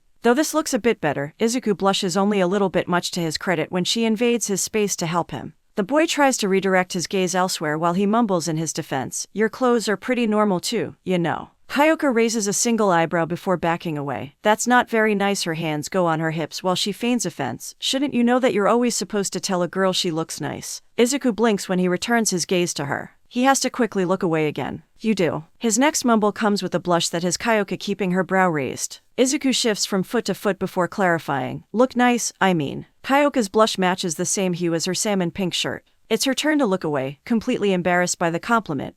Shut it." She raises her jacks as a threat when she senses his eyes still on her. "Not the nick." Izuku covers his throat with his hands to avoid getting jabbed by the weaponized jacks. However, by defending only that part of his body, he leaves his torso exposed. "My kidney." He feels a jolt go through him when Kyoka uses her quirk to blast his side with the vibration of her heartbeat. While Izuku cradles in on himself, he completely misses the arrival of another. "Whoa, looking fancy." A feminine voice aimed at him is his only way of knowing somebody else has joined him and Kyoka in their conversation. He hadn't anticipated that. "Didn't expect that from you, Deku," but nothing could have prepared him for that same girl to use his childhood nickname either. Izuku sits up, the pain in his side from Kyoka's attack long forgotten. What did you just call me?" His voice sounds distant from him while he tries to catch up with what he just heard a classmate address him as. It's the girl with the brunette bob, the one that he rescued from the zero-pointer. She's wearing some sort of skin-tight black and pink space-themed suit that shows off her body's shape. "Deku, isn't that your name?" But Izuku is more fixated on the words leaving her mouth rather than the rest of her. "Why would you think that?" He can't help but let some of his frustration slip into his tone when he recalls all the years of bullying he had to endure with that nickname. The girl picks up on his mood and loses her oblivious bubbliness, joy bursted by nerves. She anxiously wrings her hands together while saying, "Bakugo was calling you that earlier, so I thought." It's a cruel nickname that means useless, but Izuku hears enough that he stops her mid-sentence. He's not sure if his former friend is spreading rumors or trying to start trouble, but he shoots the blonde a glare regardless. Katsuki returns the look with a glower of his own. Noticing the tension between the two boys and realizing that she made a grave mistake, the brunette hastily tries to apologize. She steps towards Izuku to grab his arm. "Oh, I'm sorry, I didn't. Shall we begin, zygotes?" But All Might crashing down like a comet interrupts any and all conversations that Class 1A is having. An epic pickup of dust sweeps through the small crowd, anyone with capes or hair exposed having both blown into disarray. All Might shouts over everyone's coughing as they fan away the fine particles, onto indoor anti-personnel battle training. "But we're outdoors." The girl resembling a frog tentatively raises her hand to gain All Might's attention. She notably wears a green wetsuit to match her theme and overall aesthetic. All Might scratches the top of his head, between the two large tufts of hair that spring up like a set of bunny ears.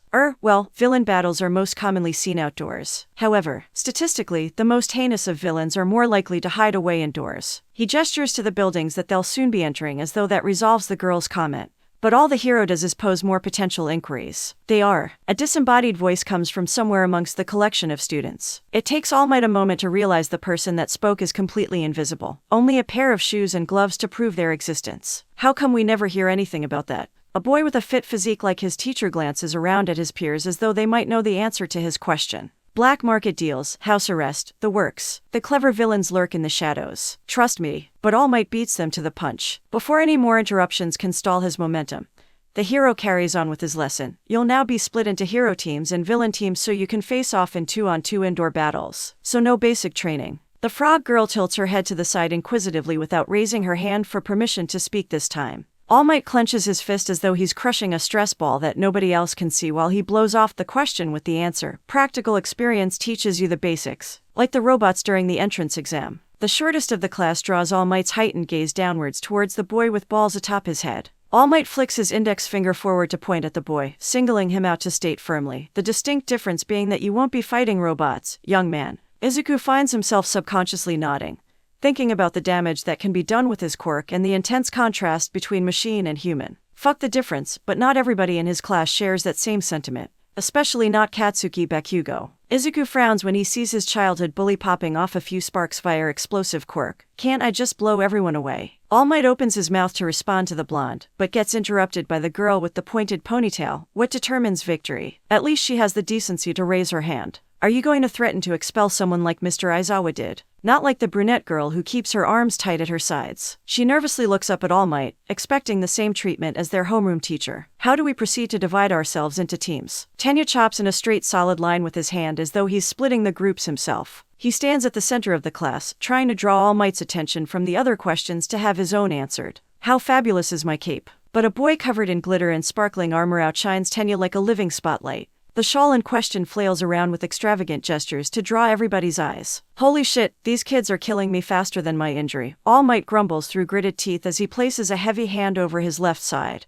Before anyone else can bombard him with any more questions, he shouts over them all, just a moment, and takes the time to flip through a manual. Everyone is shocked to see the teaching booklet that the number one hero frantically searches for answers. Oh, bum. But what shocks them even more is when he snaps it shut to reclaim control of the situation. Listen up. Here's the deal. The villains have a bomb to guard and the heroes have to retrieve it. There's a limited amount of time for either team to successfully capture the other or achieve those objectives. The frog-like girl slowly starts raising her hand from her crouched position. What about? Your battle partners will be decided by drawing lots. But All Might cuts her off when he pulls a set of boxes seemingly out of thin air. Any other questions before we proceed? The hero is just as quick to end the string of inquiries before anyone else can try interjecting. No. Great. Much to the frog girl's disdain, but the first team is comprised of Midoriya and Uraraka. All Might draws 2 balls from the first box to begin creating duos. Izuku looks around his classmates before identifying Uraraka as the brunette girl he's already relatively acquainted with. They will be. All Might reaches into the other small crate before announcing,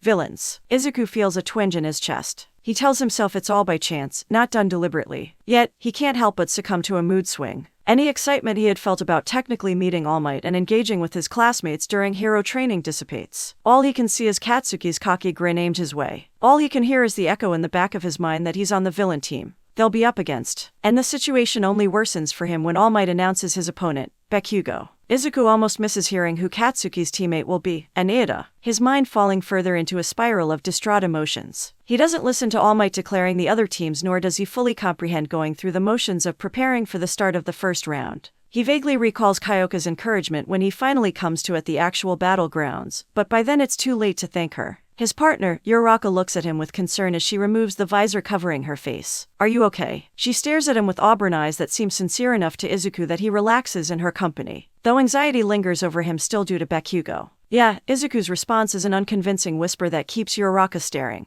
He clears his throat and tries sounding more resolved as he says louder, thanks for asking. The brunette takes the hint, nodding. So, Bakugo is the one that gave you that mean nickname, huh? She surprises Izuku when she expresses herself as having a lot of energy with a fist pump. Let's use this as an opportunity to get back at him. The boy blinks back his shock as she explains, I don't like that he tricked me into calling you something you don't like, so I'd like a little payback myself. It won't be so easy, but Izuku diverts his focus from her to the dark hallway ahead of them. He half expects his enemy to come flying out of it already. He'll be coming for me regardless of what Ada says. The boy's gaze flicks back to the fake nuclear weapon that they're supposed to guard. Plus, we've got the bomb to protect. So it's like you and Bakugo are fated rivals then. You two will duke it out one-on-one. Uraraka mimes having a boxing match by jabbing at the air. When she sees Izuku isn't quite as enthused by the prospect of fighting his childhood bully, she simmers down. Does that mean you'll be using your quirk? The girl tries to be as delicate as possible as she treads the topic of his quirk like thin ice. Izuku looks down at himself, placing a hand over his chest. He feels the rise and fall of it as he breathes. Probably not, his voice is distant while his mind wanders to the past.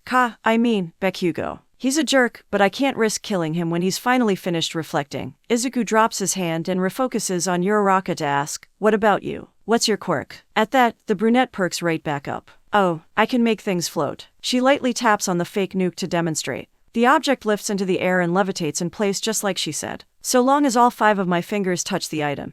Each digit twiddles on her hand before she brings them together and deactivates her quirk. Izuku hums as he places his hand to his chin to come up with a strategy. The bomb is made of paper mache, so it's not too heavy already, but that'll help make it a bit more mobile. He thinks aloud so that his partner can follow along. Ada is fast. I recognize his name as part of the Ingenium family. Whoa, really? She interrupts with an exclamation of shock upon discovering her classmate is related to a pro hero. Izuku nods and gestures for her to settle down. Yes, but listen. He's fast, so you're gonna have to stay ahead of him and not sit in one place if we're to split up. He glances over his shoulder to look down the hallway ahead of them. He suddenly wishes they had explored the facility a bit more to know the layout better. Got it. That's a good plan. Uraraka nods along and gives her teammate a thumbs up in approval of his idea. She doesn't share his concerns about going into the battle ill-prepared. And he doesn't have the chance to change that problem since the buzzing alarm that indicates the match has begun goes off right then and there. I'm glad you think so, cause we just ran out of time to come up with another one. He sighs solemnly as he runs a hand through his hair in worry. Good luck.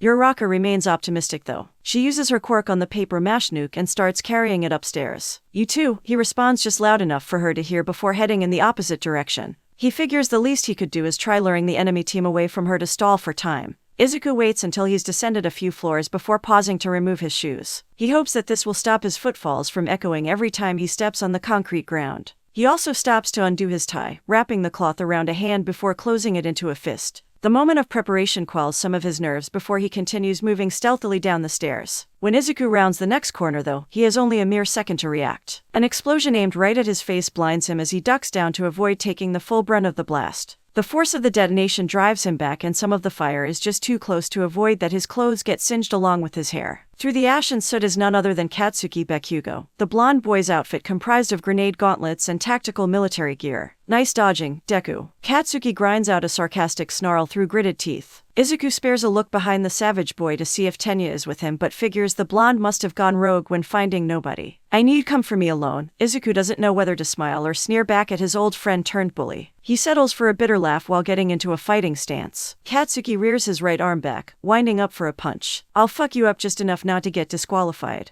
But his cocky approach is intercepted by Izuku grabbing onto the arm and using it against him. The blonde is hoisted over Izuku's shoulder and flipped onto his back. You always lead with a right hook. Izuku explains how he was able to see the boy's move coming from a mile away before raising his fists to continue the fight and fixing his opponent with a glare. I've seen it enough times to know. You fucker. Katsuki angrily gets to his feet to attack again. The rage-fueled charge is something Izuku sees coming in advance too. He pulls his tie through each hand to extend it while bending low to counter Katsuki. Izuku then uses the thin cloth to trip the blonde by wrapping it around his ankle and pulling. Katsuki stumbles, landing on his shoulder before righting himself. The blonde's instinct takes over and he lets off a controlled blast to ward Izuku away. Though small, the explosion takes its toll and blows Izuku into the nearest wall. Smoke billows between both boys as they heave themselves to standing positions. Use your shitty dog's quirk already. Katsuki lashes out with more miniature bursts. Izuku leans away from them, avoiding the full force of the blasts. His clothes continue to get scorched though, along with the blemishes across his skin. A boot plants itself between Izuku's ribs, kicking him into the handrail of the staircase thereby. You don't belong here with that villainous quirk. Katsuki's shouts are louder than the ringing in Izuku's ears as he dodges the next assault. I quote him the villain. Izuku gasps as he staggers back. His face contorts into an angry expression that challenges Katsuki's. You're the one who can create explosions and use them to terrorize me when we were younger. His bitter bite is met by a roar from the blonde before another eruption of flame destroys a wall's foundation. Izuku rolls across the floor, fragments of cement pelting him when he lands on his back. He hardly has the time to turn over before Katsuki pursues him with another assault. I'm gonna bring the villain out of you and show you. Izuku takes a punch that rattles his jaw before being blown into another room. The explosions coming from Katsuki up till now were deliberate, each one meant to destroy the cameras recording their battle as much as they had been directed towards Izuku. If you're worried about everyone else seeing, don't worry, I only want you to realize the truth about yourself. Katsuki stomps towards the impact hole he created to yell into it. He hoists the heavy gauntlet attached to his arm upwards to rest in his other hand. The pin to the grenade-shaped device rests on his finger like a trigger. The dark smog wafting from the damaged infrastructure conceals Izuku, but Katsuki knows the boy is somewhere in there. Come here, Deku. Let me teach you how we do battle in the hero course. Katsuki yells into the void again to goad his enemy. A grin overcomes the blonde's facial features when he hears vitriolic vengeance reverberating as the sound of a chainsaw's ignition. The flurry of spinning metal teeth that barrels through the smoke yells back, come on then. Teach me. Izuku's head sinks into a palpable pillow, heavy thoughts weighing heavily on the soft cushion just as much as the boy. Beneath him are equally supple bedsheets, his fatigued form laying still. The only movement made is the slow slide of his fingers along the string attached to his sternum. Izuku's skin feels the wire, his hand running up and down it to keep himself aware of its physical existence. The small cord is the exact same that had operated as Pachita's tail. The boy can tell not just by look, but also by touch. He lays atop his bed, sleepless from how many nightmares made him relive the incident in which he lost the dog. He may have gained a quirk, but the pulley connected to his heart feels like something he could use to pull it out at this point. For all his years that Izuku longed for a quirk, he would have never traded a life for one, human or animal. The cord is coarse, as rough as reality. It's not soft or comforting like Pachita's fuzz had been or the cushioning he lay on now. The dangling of the wire matches the unease of his mind as he thinks about his quirk. He'll always be grateful for Pachita's sacrifice, unwilling to let the dog's death be in vain, but he also feels condemned by his new power. The ridicule Izuku underwent when he was quirkless is no better than the treatment he's received being called a villain. It's just that the boy can't help but feel the quirk isn't his in the first place. When somebody says his quirk is villainous, he feels as though they're saying Pachita is villainous, and not himself. He'd rather they just blame him even if that's what they mean. Izuku is drawn from his rumination by the light rap of someone's knuckles on his door. When it pushes open, he's not all that surprised to see his mother on the other side. Neither of them say anything, an ambient noise filling the silence instead. Inko eventually takes the initiative and closes the distance so that she can sit on the edge of her son's bed. Once she does, she takes to coddling him as usual. Her hands stroke at his head, fingers coursing through his curly green hair. Wanna talk? Inko speaks in a soft, soothing voice that treats her son as delicately as her petting strokes. Izuku responds with a small, insipid shake of his head anyways, which leads the mother to sigh and say as coaxingly as possible, "You know it's not good to hold it in." Izuku's fingers curl around the string that he's been holding, clinging to it tighter. There's nothing to hold in. He knows what he's saying isn't true when his hand brushes against his chest, and he faintly feels the beat of his heart. Sweetie, you barely touched your Katsuden and you'd normally be in the living room watching the Hero Network about this time. Inko frets over him as she brushes hair strands away from his eyes to look at him better. Izuku's glossy gaze shifts away from her. Instead, you're in your room sulking. Inko keeps prodding at her son's inherited green locks in an effort to make him look at her again. I'm not sulking, Izuku pouts as he pulls his head away from her hand. Inko stops petting him so that he can sit up. He shrugs while trying to come up with an excuse. I'm just not hungry. All Inko has to do is look to her left to see a bookshelf of hero merch or her right to see a notebook full of steady scribbles for her to counter with the question, and what about your hero analysis? Izuku looks at the book that he put so much time into writing, then falls backwards to flop on his bed. What's the point? He's not sure if he's bitter or sad as he mumbles. Everybody says I'm gonna turn into a villain instead anyways. Inko's eyes expand, flaring like her nostrils as rage consumes her. Who's saying that? She stands up as adrenaline floods her system to go after whoever dared to hurt her son's feelings. Motherly instincts have her clenching her hands into fists. Izuku, tell me who's saying those awful things to you. She wants to know who to direct her anger at as she moves to grab the landline phone off the wall. Is it the boys at your school? Whose mother do I have to call? Mom. It's not. Izuku shoots up to stop her before she can dial any numbers. Inko pauses with the phone in her hand, tone hanging in the air with her fuming breaths as she listens. It's not worth it. Izuku hangs his head and backs away as he tries convincing her to hang up. You should let me decide that, Inko huffs but puts the phone back anyways. Izuku returns to his bed and she follows to sit beside him before asking, would you like to be homeschooled from now on? Izuku somberly shakes his head. No, it's not just them, Mom. He looks into her eyes so that she understands and doesn't reflexively freak out again. Inko frowns, but doesn't get up or revert back to shouting. What about Katsuki? Does he try sticking up for you? She places a hand over her son's as she tries finding a saving grace in the problem at the very least. Though all she does is make Izuku break their eye contact. He's unable to tell her the truth. That his childhood friend had become his bully and joined in on the teasing. That Katsuki is the ringleader of the squadron. That he no longer has any friends at all. I miss Pachita. Izuku's eyes start to water when he thinks about the one last true friend that he did have. Inko pulls her son into a hug, holding him close. Oh, dear. I know you do. She rubs his back in an attempt to console him as he begins crying. The ambience now consists of Izuku's sobs. She doesn't let him go until he finishes letting out his pent-up sorrow. I do too, you know. I owe Pachita a debt for saving my son if what you say is true. She offers her son an encouraging smile in an attempt to cheer him up.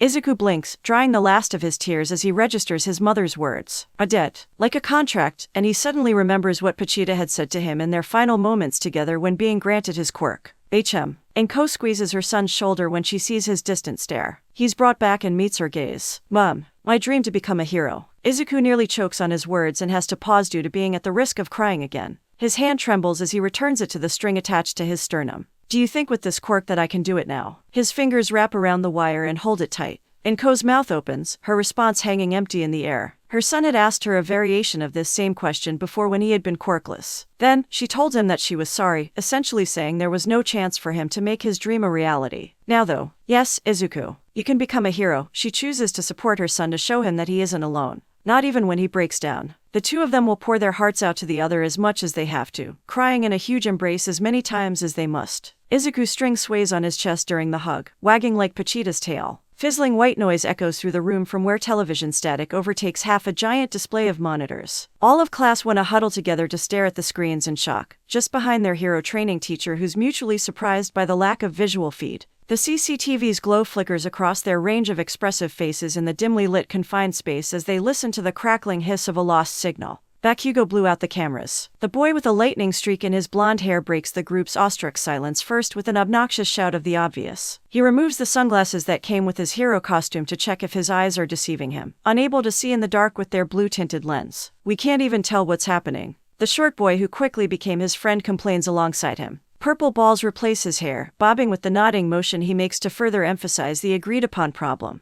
The pink-toned girl throws her arm out, pointing towards the array of monitors that do continue functioning properly. But look, those ones still work so that we can still watch Ida fight Uraraka. She shows them with her finger the cameras that pick up an altercation between those two. Who cares about that? The invisible girl blows off that portion of the live-streaming battle with a wave of her floating sleeves before using them to mime doing a toss-up. Did you see the way Midoriya flipped Bakugo? Beside her, the blonde boy with the tail nods.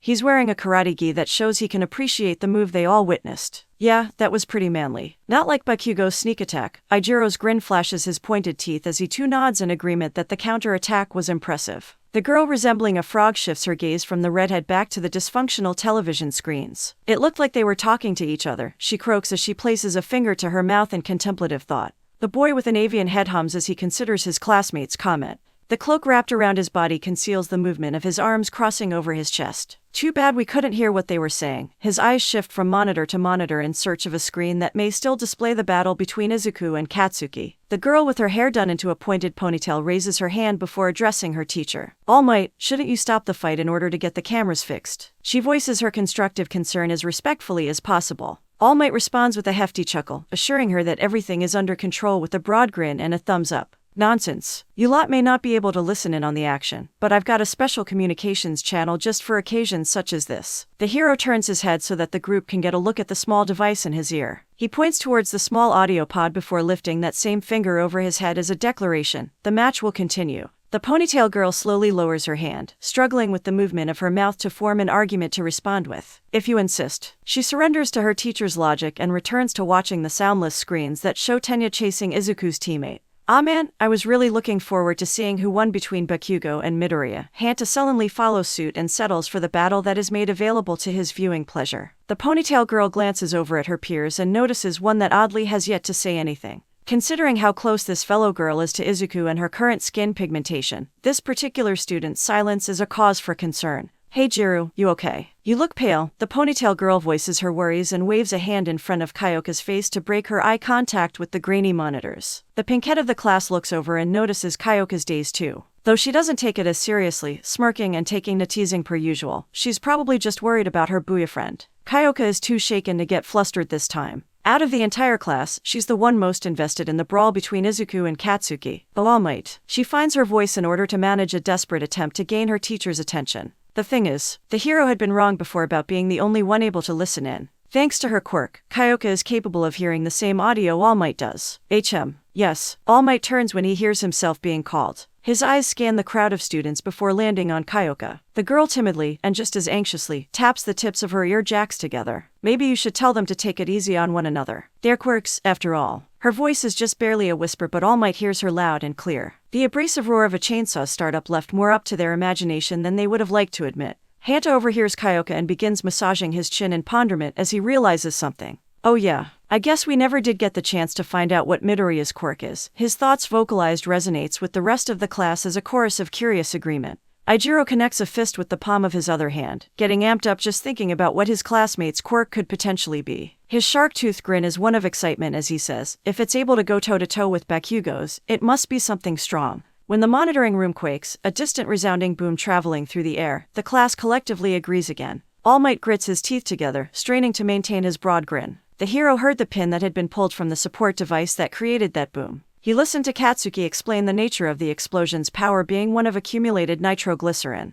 Yet, he also hears the continuous shrill shriek of saw blades running to know Izuku survived the detonation. Kyoka is in the same state of petrification, intently listening to every detail of the brawl's audio that accompanies that shockwave. All Might places a finger over the comm piece in his ear, pressing the device to activate the built-in mic. Bakugo, do that again and you'll be disqualified. He prevents the brash blonde from endangering Izuku before doing the same with the chainsaw boy, and I'm prohibiting Midoriya from using his quirk any longer. From within the damaged infrastructure of the battle building, Katsuki sneers upon hearing All Might's orders in his ear. The blonde places a finger to the communicator in order to operate his own mic so that he can shout back, "Fuck that. I can take him. I want a fair fight." Before Katsuki can get a response refuting him, he plucks the device out of his ear and tosses it down. Opposite of his childhood friend turned lifelong bully, Izuku shifts to do the same. If that's what you want. A distorted growl comes through the boy's elongated fangs as he removes his own earpiece. He tosses the miniature pod aside before goading his enemy with the broad spread of his chainsaw-mounted arms, Kakin. Katsuki's heavy boot crushes his discarded earbud, cutting off All Might's unheard shout, "No, kid, I told you not to fucking call me that shit." Katsuki propels himself forward with explosive bursts to close the gap between himself and his opponent. The overlapping detonations drown out All Might's yelling from Izuku's still functional earbud that lays on the floor out from the boy's ear. Izuku swings his arm blades, the sweeping motion just shy of being an arc. Katsuki redirects himself with his explosions midair, performing an aerial maneuver that carries him over Izuku's head. When the blonde shifts his position to be directly behind the chainsaw boy, he lets off another blast from his hand. The detonation burns itself into Izuku's back. Izuku retaliates with a wild swing as he twists his body to turn around, nicking Katsuki's shoulder. The boys back off from one another before Izuku tries moving in again, going for the legs this time. Katsuki reaches down, snatching the attacking arm as it pushes forward. Katsuki's free hand lets off a round of controlled bursts that help him to pivot and spin Izuku while keeping the hold. Deku. The berserker blonde slams his opponent into the ground by using the momentum as his force of strength. "You're nothing compared to me." "Don't be so sure," Izuku grinds out through his pointed gritted fangs. The saw blade fixed to his skull makes it easy to keep Katsuki at bay as he turns his body around. Then, Izuku sweeps forwards with a mad rush that really forces the blonde to go on the defensive. A frenzy of swipes pushes Katsuki back until he runs out of room and is forced between a wall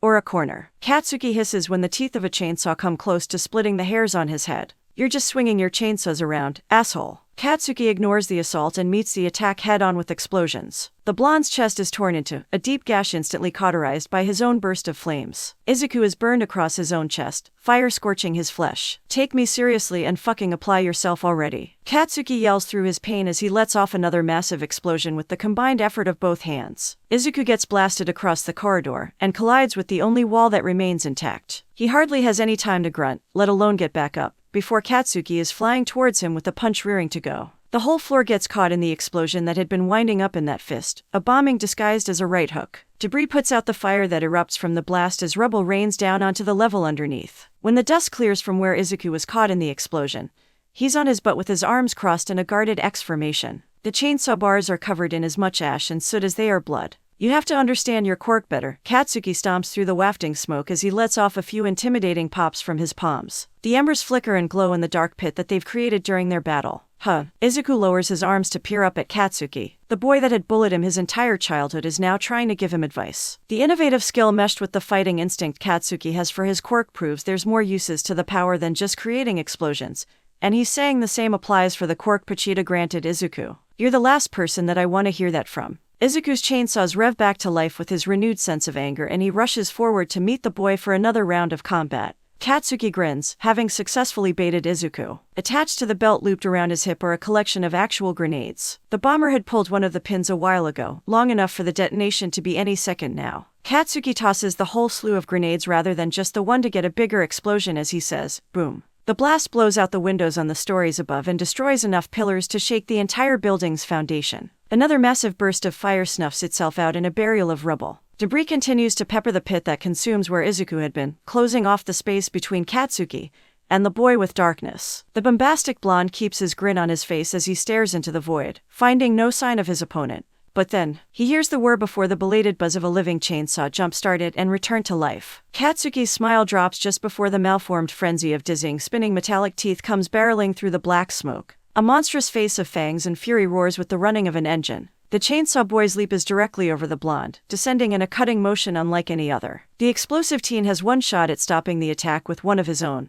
directing a detonation from his palms upwards. Izuku is directly upon Katsuki when the explosion goes off. Izuku is launched through several layers of cement, breaching ceiling after ceiling. A streak of flame trails with him, following the range of fire. The orange path brightens when Katsuki follows it with a string of more explosions to take flight and pursue Izuku. Katsuki gets ahead of his enemy and extends a leg, raising it to be hoisted over his head. The bomber's kick collides with Izuku's stomach and receives a boost from a collection of explosions to send them rocketing back down. They slam into the ground, a final detonation marking the impact zone. Beneath Katsuki's boots, Izuku squirms as he continues his struggle to keep fighting the explosive force of nature. Blood spews from the chainsaw boy's mouth, oozing between his fangs and dripping down his chin, while his injuries squirt bodily fluids as well. Katsuki watches as the marred flesh slowly stretches to grow back muscle fibers at the very least. Regeneration. The blonde huffs in disbelief over the healing factor that proves itself weak but helpful to his enemy. You were revving your engine before I kicked you, eh? Katsuki winds up for another blast to finish the fight, assuming he's got Izuku beat. No matter. An orange glow radiates from his palm before expanding to the rest of his hand. Heat simmers on the surface of the blonde's skin. Then, he ignites the spark to take full advantage of the firepower. The blinding light of the explosion doesn't let him see how, but he feels Izuku move out from beneath him. Katsuki curses when his own attack provides a smokescreen for the chainsaw boy to conceal himself, the only indication of his position the constant whirring of his weaponized body. The dust settles at the right moment for Izuku to reveal himself. Your aim really sucks. You're like a damn cockroach. Katsuki barks back as he meets Izuku's attack. Another mashup of explosions and chainsaws leave more burns and scars. The flames lick at both of the boys before they're tossed into tumbling rolls. Katsuki heaves himself upright, straining his body to stand. He falls down, forcing himself to remain positioned by just one knee. Bitterly, he curses. However, this is more than enough. There's still one final trump card of his. His second gauntlet that stored up another bucket load of nitroglycerin sweat.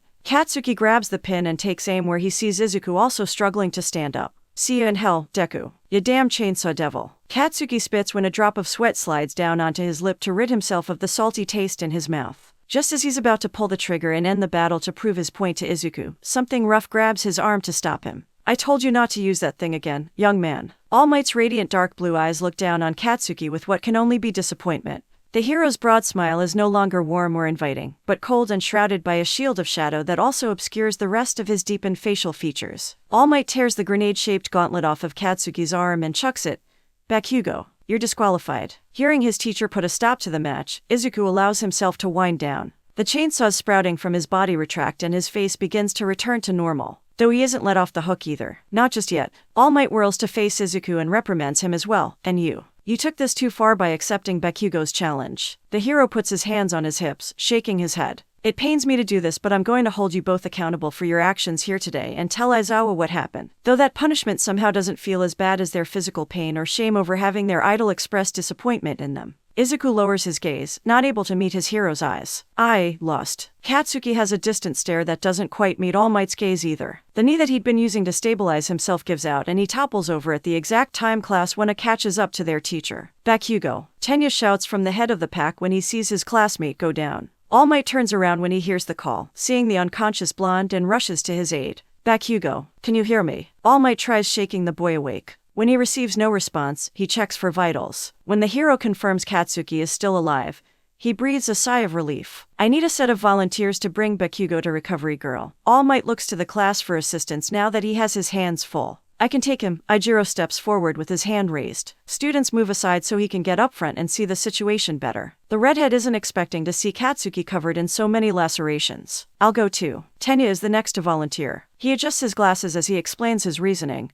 He was my teammate. As such, Bakugo's health as of now should be my responsibility. Well put. All Might hands over Katsuki along with his approval. The two boys take an end of their injured classmate to carry him off to the school nurse. Though the class didn't get to see exactly what Izuku's quirk is or what it does, they now have an idea of what it can do. That alone is enough to horrify them if their expressions are anything to go by. As Katsuki's body is taken away, everyone recoils at the sight of so much blood. Izuku's teammate stands beside Kyoka, the two girls sharing pitying looks. What the hell is he? Some kind of devil? A member of the class speaks for most of the others as they stare at Izuku in spooked wonderment. Humid air wafts over small spills of murky liquid, precipitating and giving rise to a hissed exhalation of attenuated but serried steam. Each puddle is as dark as the sepulchral surroundings, damp echoes reverberating like fleeting footfalls. Shadows sweep the spacious zone even without a source of dim lighting, the flicker of the black void reflected by each tiny watery pool. Scratches litter the scuffed surface of the floor, the solid stone chipped and darkened like an asphalt road. A faint illumination gives way to the black vacuous abyss. Viscous fluid percolates like a cerulean lava lamp, the hefty shape of a silhouette floating from within the cylinder tank's soft glow casting a shadow in the ever-expansive umbra of darkness that is the room itself. Wires run from the bottom of the container, each cable a different color from the rest, but all of them sharing the same haunting hum. Bobbing up and down to the suzerain tune, the delineated figure residing in the tank stirs with the filtrating fluid. Attached to the purlins and the rafters that loom overhead are a series of steel catwalks. Various metal bridges trail above as equally many cerulean containers. Hanging from the handrails is a young boy, watching with a scarlet stare obscured by long clumps of uneven hair that borders the same hue as the liquid in the tanks below him. Dried patches of skin around his eyes pull into wrinkles. He gnaws on the bottom of his chapped lip with flaxen-tinged teeth. The plain black clothes covering his body helps him to blend into the dark atmosphere. A being directly below the boy is acutely aware of the child's presence anyways. Even with a visual impairment, the lack of eyeballs to be precise, the man knows more than one may assume. Where empty sockets wallow in the marred mesh of disfigurement that is pure evil's face, is also torn tissue where a nose should be. Yet, the seated sinister force is one to be reckoned with, his heightened sense of hearing having him tilt his head to turn an ear and listen. A wicked smile graces the man's lips, presenting pearly white teeth close to ivory. The grin resides behind in his equally crystal-clear ventilator mask, the respiratory support whirring with every intake of breath. Machines buzz behind him, large consoles plugged to even bigger modems providing a life support system. The medical equipment kept grouped together produces the sounds of a hospital hall, just at a lower decibel to the point of being a quiet ambience. Oxygen pumps through a valve and circuitry connects to even more wiring. Despite all this, the collection of equipment has the presence of powering a super weapon rather than keeping a human alive. The man may have taken severe damage during the battle with his greatest rival, but he still carries a vigorous aura of villainy. Doctor, a terrifying tranquil tone purrs through the parted lips of the man's grin. Like a vast expanse kept still on the surface such as the ocean, a bottomless depth of doom resides below the deceptively delicate decibel of voice. Then, a wave of wrath unbridles the sea until the disturbance becomes an overwhelming force. Status report, an authoritative switch sways all sense of direction and commands whoever gets caught in the tide to succumb to it. Green circular lenses twist to give the man's presence an attentive look. A short-statured scientist sits atop his own chair, albeit with less electronics engineered into its mechanical workings. The portly doctor wears a set of customized goggles that provide him with night vision to see in the dark, the usage of his eyes still detrimental to him unlike his master. My liege, the Namu has taken to my trial and testing. The scientist smooths out his bushy mustache with one hand while using the other to operate his chair lift with the joystick. It's finally responsive. He lowers himself to be positioned across from his creation that resides within a preservation tank. The doctor's master broadens his grin until it's as deep as the crevices of his scarred face. Excellent, the foreboding reply lingers in the eerie echo of the chamber before he continues. If the nerve damage can be successfully reduced for a plentitude transference of quirks, then the next phase of my plan can commence. The bioengineered Namu that the villain speaks of floats in its tank, a pink brain organ exposed atop its head. Gashes where more glaring results of operation cover the creature's body lay dormant with the rest of it. A broad beak full of fangs is slightly parted, the maw making for a mouth that can't speak. It is. The doctor pauses to carefully consider the word he'll use to describe his progress. Significant, his mustache furrows with the curl of his lips. However, not enough for. He proceeds with caution as he admits there's still work to be done. Human trials. I see, the smile coming from the scientist's master diminishes at that news. The man taps his index finger on the armrest of his chair, done as impatiently as the movement is done thoughtfully. A moment passes before he asks with a slight leer, "What seems to be the delay, doctor?" The doctor swallows his own spit, mouth suddenly gone dry. He nearly mistakes the saliva for blood, a copper tinge to the taste startling him. The Namu is primitive in its intelligence. He busies himself with explaining his creation's drawbacks in an attempt to quell his nerves. I made it compliant with orders. It's obedient to a fault. The invention stares out at him like a dead fish from its tank, except it requires those tasks in order to function. The exposed brain stitched and stapled to the base of the monster's skull is essentially disabled. I'm afraid it's otherwise completely without a mind of its own. Unable to think for itself, the scientist looks away from the malformed beast to gauge his master's reaction. The man hums as he mulls over the doctor's diagnosis of the Namu. A result of my quirk transference. The mind was not able to handle it all. He rests his jaw on the knuckles of his propped arm after inquiring for more information. Partially, the doctor shifts his chair with his joystick to maneuver himself to be in front of a computer station. While I have been working to remedy the extent to which the human body will allow such a strain of quirks, a few taps and clicks of his keyboard pulls up schematics and other scientific jargon. You also asked me to alter the brain to stimulate your quirk's invasion to form a symbiotic relationship. The doctor plays a simulation on the screen to show the metaphorically rotted fruits of his labor. And this is the result of the experiment. The doctor's master turns his head to look away from the monitor, and returns his general gaze to the direction of the Namu. Even without a set of eyes, he can somehow see. A millennia of accumulating quirks does more than enough to generate other means of sight. Whether echolocation and sonar as a bat perceives things suffices or infrared heat wave detection works, those are just a few ways to name a few. Trial and error, my lord. The doctor bows as low as he can go from the confines of his chair. After paying his respect, he sits back up and repositions his seat to shift back towards his master. I vow to resolve the issue eventually. We've already begun forcing memories in and out. The malicious man angles his head towards the boy in the rafters above him as he speaks. A smile begins to reshape itself across his faulted features despite his next sentence. I don't believe we have the time necessary to dally in that department anymore, dear doctor. The scientist scrunches up his face with confusion. Unlike his master, he is unaware of the boy's presence to find the open discussion humorous in any way. What would you have me do? He treads carefully as he asks for elaboration.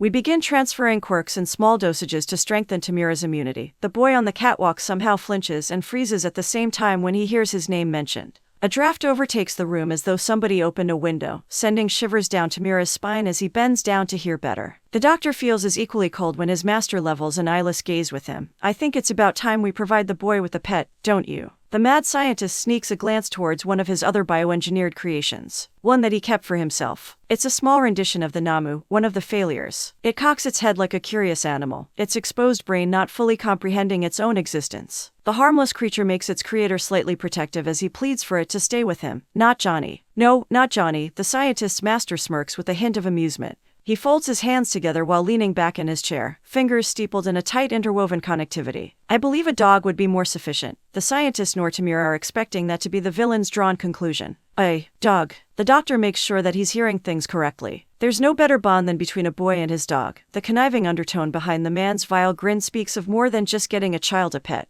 Consider this a new baseline experiment, one to further supplement the effectiveness of the end goal. And only the villain's mad scientist understands why, with eyes as wide as the lens of his goggles. The decision to get Tamira a dog is self-explanatory when the doctor's master says, "The only other bond that the boy has is with myself, after all." The stronger the relationship, the more willing to welcome the channeling of quirks. The doctor nods along with his master's thought process before agreeing. That could work. Oh, dear doctor. I know it will. The villainous response is full of malice, and yet the boy in the rafters is none the wiser to his current guardian's devious scheme. The child named Tamira is instead too fixated on his own hands. He stares at his open palms and the digits attached to them, twiddling his fingers. Crusted nails have specks of dust under them. He remembers the last time he had a pet dog, and what happened when those hands had touched it. The destructive power of his quirk makes him fold his fingers over, willing them to never brush against his new dog's fur. He refuses to hold the animal that his sensei plans on giving him. He'll never hold the dog. He'll never hug it. Clouds ruffle and ripples like a careening curtain that's been pulled back to let the sunlight shine through. Beyond the congregation of pure white nebulous are acres of bright blue. Izuku can't help but admire the sky that seems to shimmer as wind blows his hair into artistic swirls shaped similarly to the clouds above. Shade sweeps over the rooftop of UA from where he's seated on its ledge, legs dangling in the breeze. A calm serenity fills the air with the tune of chirping birds. Whole grain bread that's been toasted golden brown crunches with the thick tomato and fresh lettuce that resides between slices as Izuku takes a bite of his sandwich. An aroma wafts from the food and becomes a fragrance that the air itself seems to savor as much as the boy does. Juicy flavors, warm and cold, tingle his taste buds as he chews on the combination of wheat and vegetable. Crumbs chip away and fall into Izuku's open bento box to bounce off Ziploc-bagged orange slices and grapes. He'd gone up to the roof to have his packed lunches when he attended Aldera during junior high. Eating on the top of his school feels oddly nostalgic as he munches on a mouthful of toasted bread he bit off from the corner of his sandwich. He watches the cherry blossoms planted below billow with another breeze that blows through, mind in a daze and his eyes entranced as pink petals flutter about in a huge flurry. Birds cease their singing and fly away, frantically flapping their wings that loose feathers float in their wake. I was wondering where you went. A feminine voice draws Izuku from his thoughts and has him turning his attention with his body to the stairwell behind him. He recognizes the girl coming from the roof accessway as his friend and classmate, but still feels his facial muscles pulling into a perturbed expression. Jiro. He wonders why she'd also be occupying the rooftop during their lunch period. Completely oblivious, he has a hard time deducing any valid reasoning. Even after she walks over to his spot to sit beside him with her own food, he can't figure it out. Dumbly, he asks, "What are you doing up here?" Kyoka flicks him on the forehead as though that'll jog his brain function to start working again. "I've been looking for you, stupid." Izuku rubs his slightly sore temple as the girl huffs with disbelief. "I should be the one asking you that question." A small shake of her head has Izuku lowering his. Oh. His neck bends as he sinks his head even lower. He only raises both after so that he can nervously scratch his scalp. "I guess that's fair." His fingernails run through his curly green locks, sometimes splitting hairs and sometimes getting caught in the tangled mess. "I got worried when I didn't see you in the cafeteria for lunch. We normally eat together, so I thought maybe something was wrong." Kyoka picks at the rice on her tray with a plastic spork, but doesn't bother scooping any of it just yet as she side-eyes Izuku. Izuku looks away, avoiding her line of sight.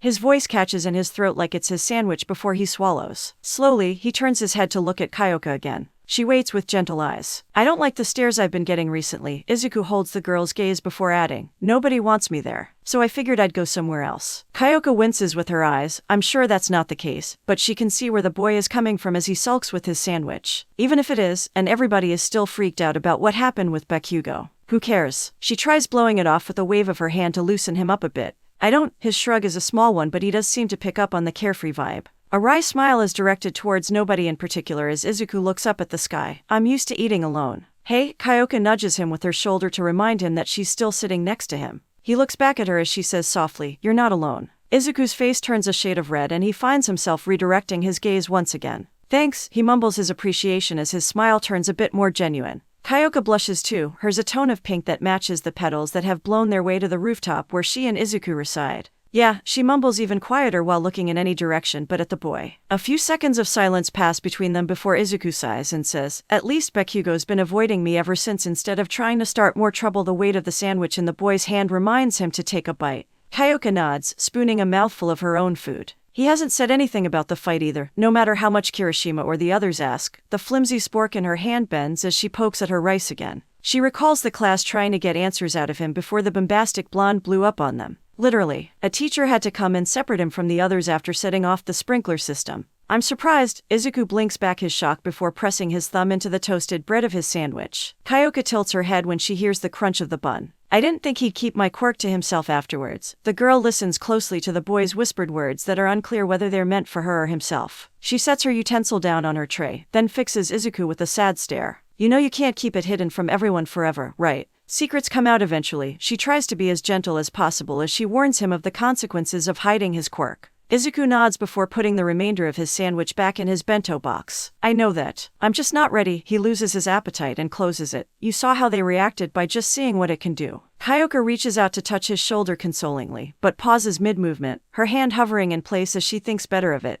Her hand lowers as she tries cheering him up with words of assurance alone. Some of our classmates are nice enough that I don't think it'll bother them once they know, at least, the ones I've spoken to. Maybe. Izuku shrugs noncommittally. Quickly, he hides his somber mood with a smile meant to cheer Kyoka up instead. Don't let me stop you from making friends either way though. Kyoka blinks, taken by surprise. She shrugs in return once she recovers. I really only know Yaoyorozu and Ishido so far. The boy's smile is contagious though. Who? He curiously cocks his head to the side as he inquires to know which of his classmates Kyoka is referring to. Kyoka pauses as she tries to think of a way to describe them. A faint blush dusts her face before she mimes holding something invisible, you know. Yaoyorozu is the one with the. Her blush deepens when Izuku realizes the positioning of her hands is in front of her chest. Izuku instantaneously turns red and shouts the first other distinguishable quality of the girl that he can think of, the ponytail. Kyoka looks away to hide her embarrassment as she nods. Why yeah, she mentally kicks herself for not choosing Yaoyorozu's hairstyle to describe her as Izuku had.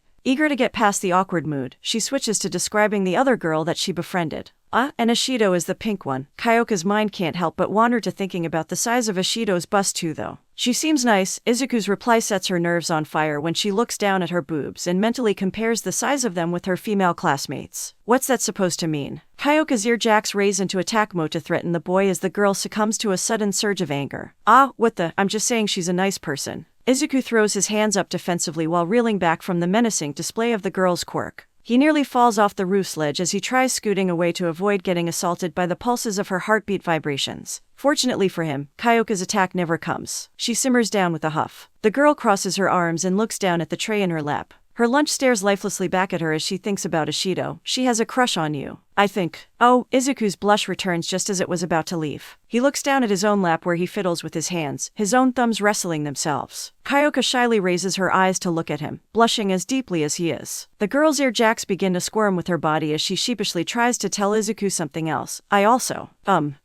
Sirens suddenly screech through the school's speaker system, the blaring noise making the girl stop mid-sentence to instinctively cover her ears with a grimace. Izuku pulls his legs up from the roof's ledge so that he can stand and look around. Kyoka slowly gets to her feet to glance towards the stairwell from which the noise is the loudest. The prolonged sound is an alarm that reverberates throughout the entire building as much as it rings outside. Izuku steps towards the ridge of the roof, peering over its ledge. From there, he can see the UA barrier has been breached by a crowd of paparazzi somehow. Instead of the security system's gate keeping people out, everyone is pouring in through the entrance. It's just a bunch of reporters. Izuku looks to his side to see Kyoka has joined him at the ledge to look over with him. We should be fine so long as we stay up here. He can't help but look past the reporters and still feel a cause for concern though. The barrier doesn't appear to be malfunctioning. It looks damaged. He doesn't voice his thoughts to worry Kyoka, but he can't imagine a reporter destroying UAS gate just to get a scoop should they receive reprimanding for property damage. Izuku's gaze sweeps the grounds from the wall to the line of cherry blossoms. There, breaking off from the pathway and using the paparazzi as a distraction, Izuku spots someone in a black hoodie. I bet everyone in the cafeteria is panicking. Kyoka's own musings break his hyper-focus on the intruder.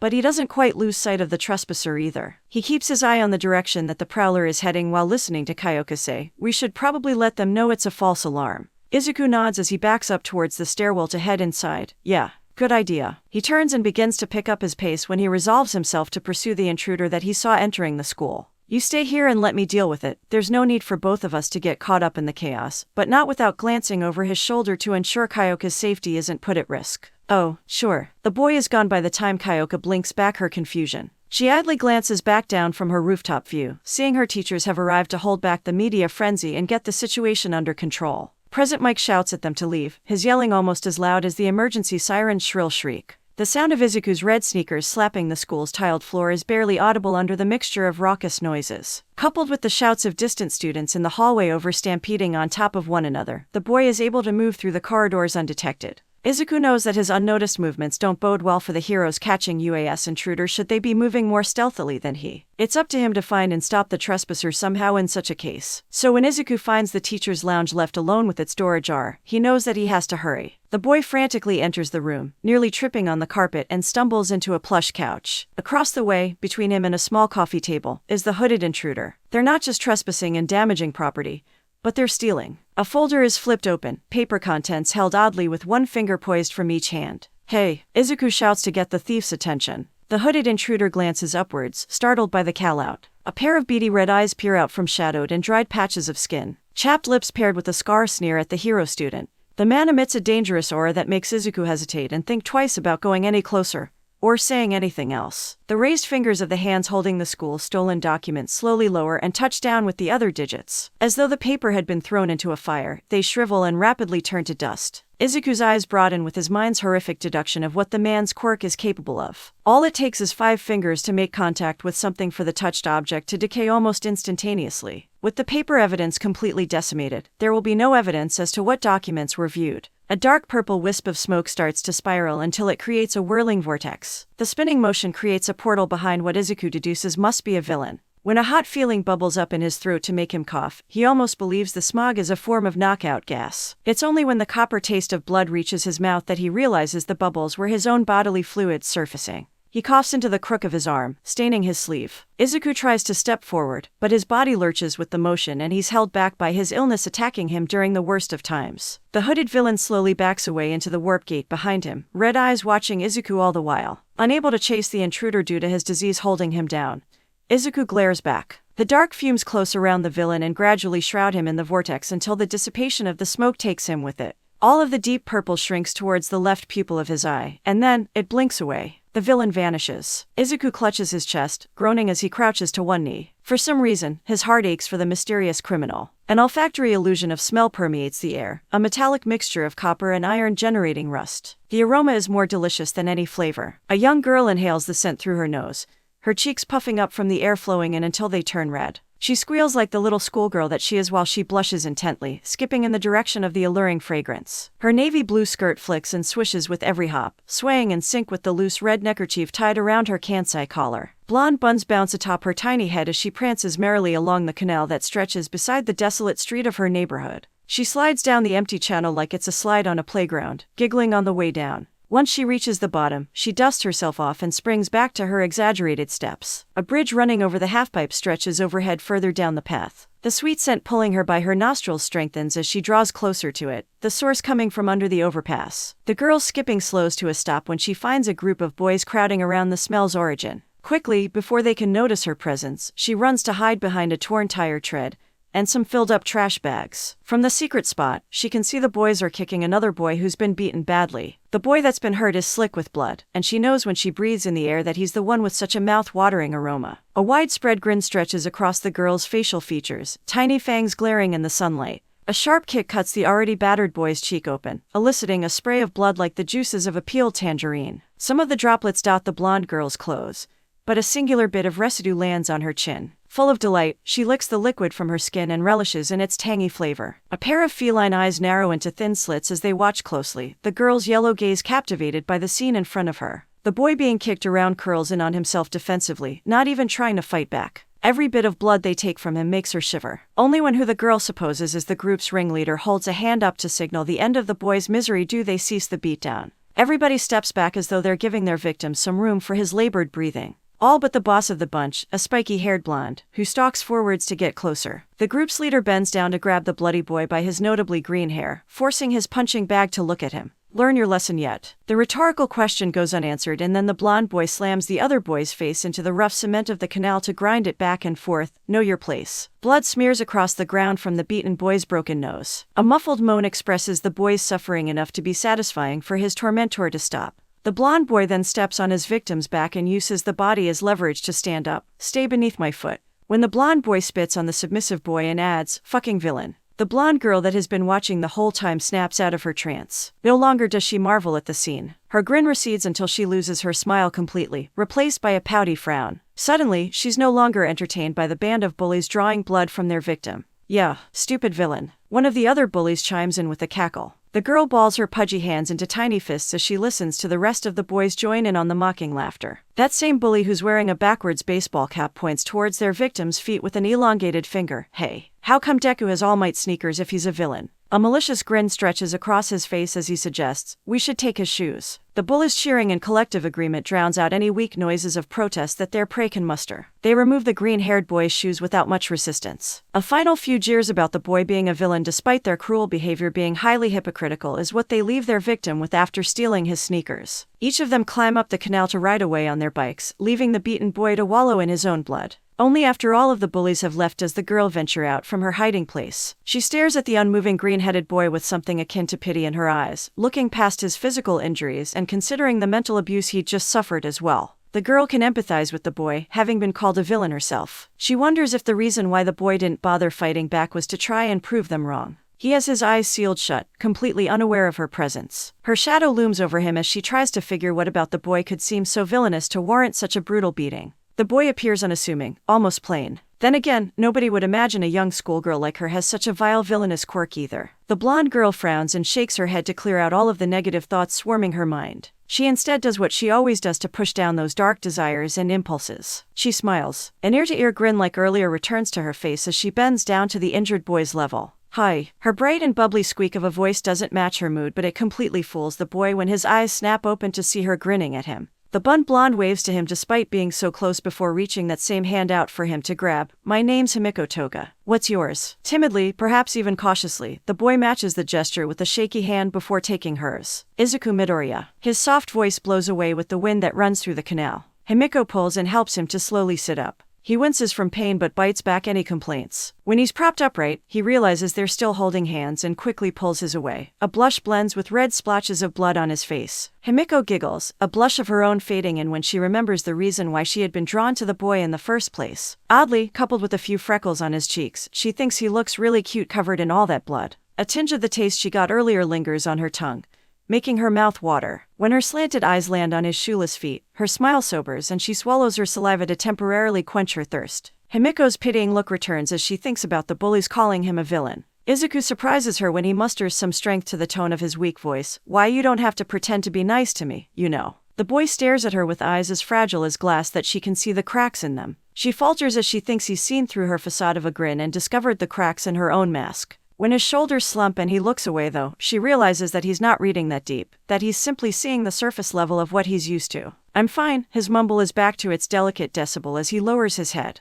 It's Izuku's turn to be startled when he hears Himiko's tougher tone. You're not fine. She stands up from her crouch so that she can broadly gesture at their surroundings. There's rocks and broken bottles down here, so it'll hurt to walk around without shoes. The gesturing of her hands goes to his feet before she grabs at her own. I'll lend you one of mine. If you wear one shoe, only one of your feet will hurt. The girl slips off a red sneaker and holds it out to the boy. It's her favorite, the color of blood, but she offers it with a smile anyways. What? Izuku's bafflement leaves him in a staring stupor. When he doesn't take the shoe himself, Himiko tosses it towards him. He reflexively catches it, snapping out of his daze. And no, seriously, I'm fine. I don't need it. He holds the red sneaker out for her to take back while frantically shaking his head. The bright color of the shoe matches the blush returning to his bloodied face as he stumbles over whatever other words he fails to muster. Himiko hops back on one foot, her grin growing as she releases a teasing titter. Then give it back to me. She turns and skips a small distance away before turning back and urging him on with a wave to follow. Come on. Come give it back then. Izuku's brain slowly processes that the girl is running away from him. Hurriedly, he forces himself to his feet to chase after her. Wait.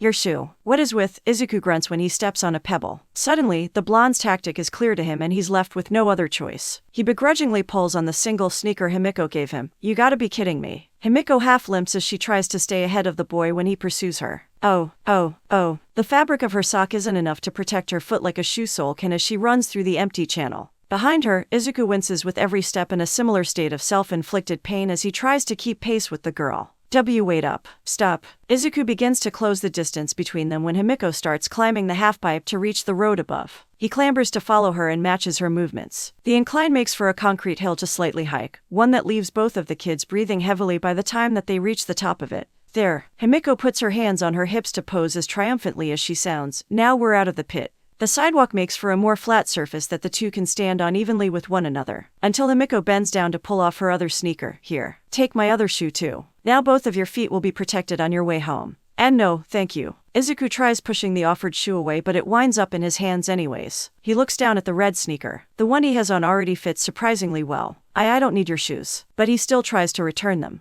then throw them away. Himiko waves the shoes away when Izuku tries giving them back. The boy's perturbed expression leads her to respond with an exaggerated shrug and an excusive explanation. They're old anyways. He takes another look at the red sneakers but sees nothing that would show their age like the girl says they are. Considering how young she is, they should be mudded or scuffed from playing. But there's not a single mark. The shoes are brand new, as though they had been bought just for Izuku to last a lifetime. Himiko looks at the boy closely, still trying to see what kind of path he'll choose to walk. Hey, Izuku, he blushes when she twists the kanji in his name to be affectionate, and not Deku. Though he can also hear how serious her tone is. He can see her solid expression. Whether you walk on this side of the divide or that one. He can see the split between her quiet neighborhood and the clamorous city that the canal makes. And he can understand that there's something special about the way that she's addressing him that goes beyond just kindness. The sun becomes the settled heart of the horizon, illuminating the line between villains and heroes, with Izuku's shadow casted in the middle. Himiko squints to see whether the boy's future will be as bright as the sky or as dark as his silhouette as she says, I hope to see you standing proudly. Subdued but otherwise bright light from the morning cascades the classroom through tilted window blinds. It's early in the day that a flaxen sleeping bag still resides out in the open. Hovering above the empty bedroll behind a broad desk are a student and the man that would ordinarily occupy that yellow sleeping bag. Izuku's overworked and underslept homeroom teacher pinches the skin of his temple in a vain attempt to soothe the headache that threatens to turn into a migraine. First your responsibility with Bakugo and now this. Aizawa just listened to his student's story of how UA had been broken into and how the boy had encountered that intruder without alerting any staff sooner. I should have you expelled. He has half a mind to avoid dealing with another problem child but thinks better of it when recalling the whole purpose of his job is to help with the kid's development into a reliable hero. If it weren't for Vlad and I scheduling beforehand, I'd have you be the one to miss today's field trip. Aizawa mulls over alternative punishments that he could provide instead but doesn't get very far in his thought process before other students begin filing in. For now, just take your seat, Aizawa sighs while shooing Izuku away. Oh, good morning. It's good to see you arrive early for once, Midoriya. Tenya moves like a robot that hasn't been oiled as he gives his classmate a stiff wave. Perhaps it's much too early in the day even for him to fully function just yet. Hey, Ida. I'm just here because I was meeting with Aizawa-sensei beforehand. Izuku's wave is so much softer by comparison that it barely lifts high enough to even register as a wave. He slumps into his desk chair just as equally exhausted. He hadn't slept much last night, his dreams plagued by nightmares of the villain that he exchanged glares with. Ah, I see, Tenya nods as he sits at his own desk. When he settles in, he sees an unfamiliar face filing in behind everybody else and stands back up. Excuse me, I believe you're in the wrong classroom. He chops with an outstretched arm to stop a girl with vines for hair from going any further. But Aizawa grabs the boy's arm and moves it so that the girl can get through. Actually, class rep, she's supposed to be here. The teacher has her stand off to the side as he explains. I called her to our class today for a reason that I'll explain shortly after everybody is seated. Tenya's eyes widen behind his glasses before he drops into a bow. He bends deep at the waist. My apologies. Bifocals nearly falling off of his face that he has to catch them before they can. Who's the hottie? The shortest student in the class ironically sits in the back that he has to strain in order to see up front. His eyes are as big and round as the purple balls atop his head. As some of you may have noticed, a member of Class 1B will be joining us today in place of Bakugo. Aizawa raises his voice so that the whole class can hear as he introduces the girl. This is Ibara Shizaki. Please give her a warm welcome. Thank you for having me. She humbly places both of her hands together and gives everyone a polite bow. The vines serving as her hair are tied into a neat cross shape that drapes her forehead, showcased as part of her courteous presentation of herself. Not that I'm complaining to have a cutie come by, but I don't get it. The boy with a lightning streak in his hair runs a hand through his blonde locks as he ogles the newcomer. Sparks flicker from his fingertips but they fail to jumpstart his brain as he scratches his head. As part of Midoriya's and Bakugo's punishment, they'll be alternating classes by weekly intervals. Aizawa shoots Izuku a quick glare that makes the boy reflexively duck down. Izuku feels everybody else's eyes on him too but knows better than to add on the detail about additional homework or the formal apologetic essay he's supposed to write if he wishes to make a vain attempt of soothing his situation. It was Nezu's idea to keep them separated this way, so if you don't like it, then take it up with the principal. Aizawa finally moves his glare away from solely Izuku and fixes it on the rest of the class. So Bakugo is going to miss the field trip today. Uraraka winces sympathetically for the boy. Man, what a bummer that must be for him, and Ijiro mimics her expression with a nod. If all of you don't quiet down and get ready, then you'll miss the bus and nobody will go on the trip. Aizawa shuts them up before any other students put in their 2 cents. He thrusts a thumb over his shoulder to urge them on while saying, hurry to the lockers if you want to wear your hero costume or gym uniform. Right. Depending on the sort of activity we'll be doing, our outfits might be ill-suited and just get in the way. Momo pauses to mull over her own decision while everybody else starts filing out of the room and into the hallway. Where was it that the syllabus said we're going? Something about rescue training. Handa glances around as he asks his question to nobody in particular. The blonde boy with a tail for his quirk blinks back his surprise due to having an equal lack of information. Rescue training, huh? Sounds like another tough day. He scratches the back of his head as he shakes it side to side with dismay. The invisible girl's floating school uniform perks up from beside him before bumping his side to get him as excited as she is. Are you kidding? Come on, this is what being a hero is all about. I'll be right at home in a flood, and the greenette with some resemblance to a frog can't help but agree with her fellow female. Ijiro flashes a pointy-toothed grin as he listens to his classmates and becomes as equally excited about the school trip. Though he also notices Ibara is being awfully quiet in their company. He turns to her in an attempt to get her to join in on the conversation. What about you, new girl? She smiles kindly at him, seeming to appreciate the attempt to get her involved. I'm grateful to be a part of today's trip if it means learning how to help others. The sun beams through a window that they're passing so that Ibara almost appears to have an angelic halo hovering over her viney head while she answers. So modest. A good number of the class are awestruck by how humble the girl is. When the class reaches the locker rooms, they begin to split based on gender. Rescue training is completely different from battling. You know, the boy with a lightning streak in his hair brushes shoulders with Izuku as he passes by. You probably shouldn't use your quirk, Midoriya, and mumbles under his breath, whatever it is. Overhearing the comment, Tenya frowns and steps in between them. I told you, Midoriya is our fellow classmate and I won't tolerate any sort of bullying. It's not the first time somebody said something ill-minded, but he feels the need as class representative to intervene this time. Especially when in the presence of Izuku himself. It's okay, Ada, I deserve that. Izuku gently pulls Tenya away by the shoulder as he feigns a chuckle to laugh it off. When Izuku's hand falls away, it lingers somewhere in the middle that he finds himself staring at it. I know how destructive my quirk can be. I don't need you or Aizawa reminding me all the time. But then again, I did use it anyways when I fought with Bakugo. So, yeah. The boy that usually hangs around the lightning-themed blonde cocks his ball-covered head to the side. Why do you use your quirk on Bakugo if you knew it would hurt him? Izuku turns his gaze from his hand to his classmate, the same reason he used his quirk on me. Or, at least, I hope for the same reason the reminder that Bakugo fought as equally haphazardly gets some of the boys to look away. We each had something to prove to one another and we'd have just been disrespecting the other had we not used our quirks to go all the way. But Izuku hadn't intended for the equal share of blame to be his justification that he continues with his explanation, and elaborates to give them his true reasoning. I guess that makes sense. Handa pulls on the top of his hero uniform before glancing towards the others to see what they think. Izuku begins getting changed when he realizes the others are nearly ready to leave the lockers too. I don't completely get it, but it sounds like a manly enough reason to me. Ijiro flashes a thumbs up to show his support, which gets Handa to smile and give the same gesture. Midoriya, all eyes suddenly flick to the boy at the back of the locker room. He's usually quiet, keeping mostly to himself. However, from his lone bench, the even split of contrasting colors in his hair stands out as much as his voice now as he asks, do you regret your decision? Izuku finds his classmate's heterochromic gaze and holds it for a second. The question is one that Izuku would have never considered until now. He breaks eye contact to look at himself. His bare chest exposes the dangling pulley string attached to his sternum. Unlike some of his classmates who are stuck with additional appendages like a tail or who are completely invisible at all times, he can choose whether to activate his quirk or not. Midoriya. Tenya cautiously and gently prods at Izuku when he sees his peer spacing out. It's okay, the heterochromic hero student stands up and hurriedly heads for the exit. You don't have to answer that. Izuku looks after his classmate but doesn't call out or chase after him. Let's not dally, everyone, especially when Tenya gives him and the other boys a stern reminder that Aizawa is waiting for them to finish getting dressed for the trip. When they all do finally finish changing, they funnel out towards the front of the school where they find a bus waiting. It's good to see you all made it here. Aizawa dramatizes his impatience by checking his wrist for a watch that isn't there. You're only half a minute late. Sorry, sensei. However, we shall make up for time with my seating chart.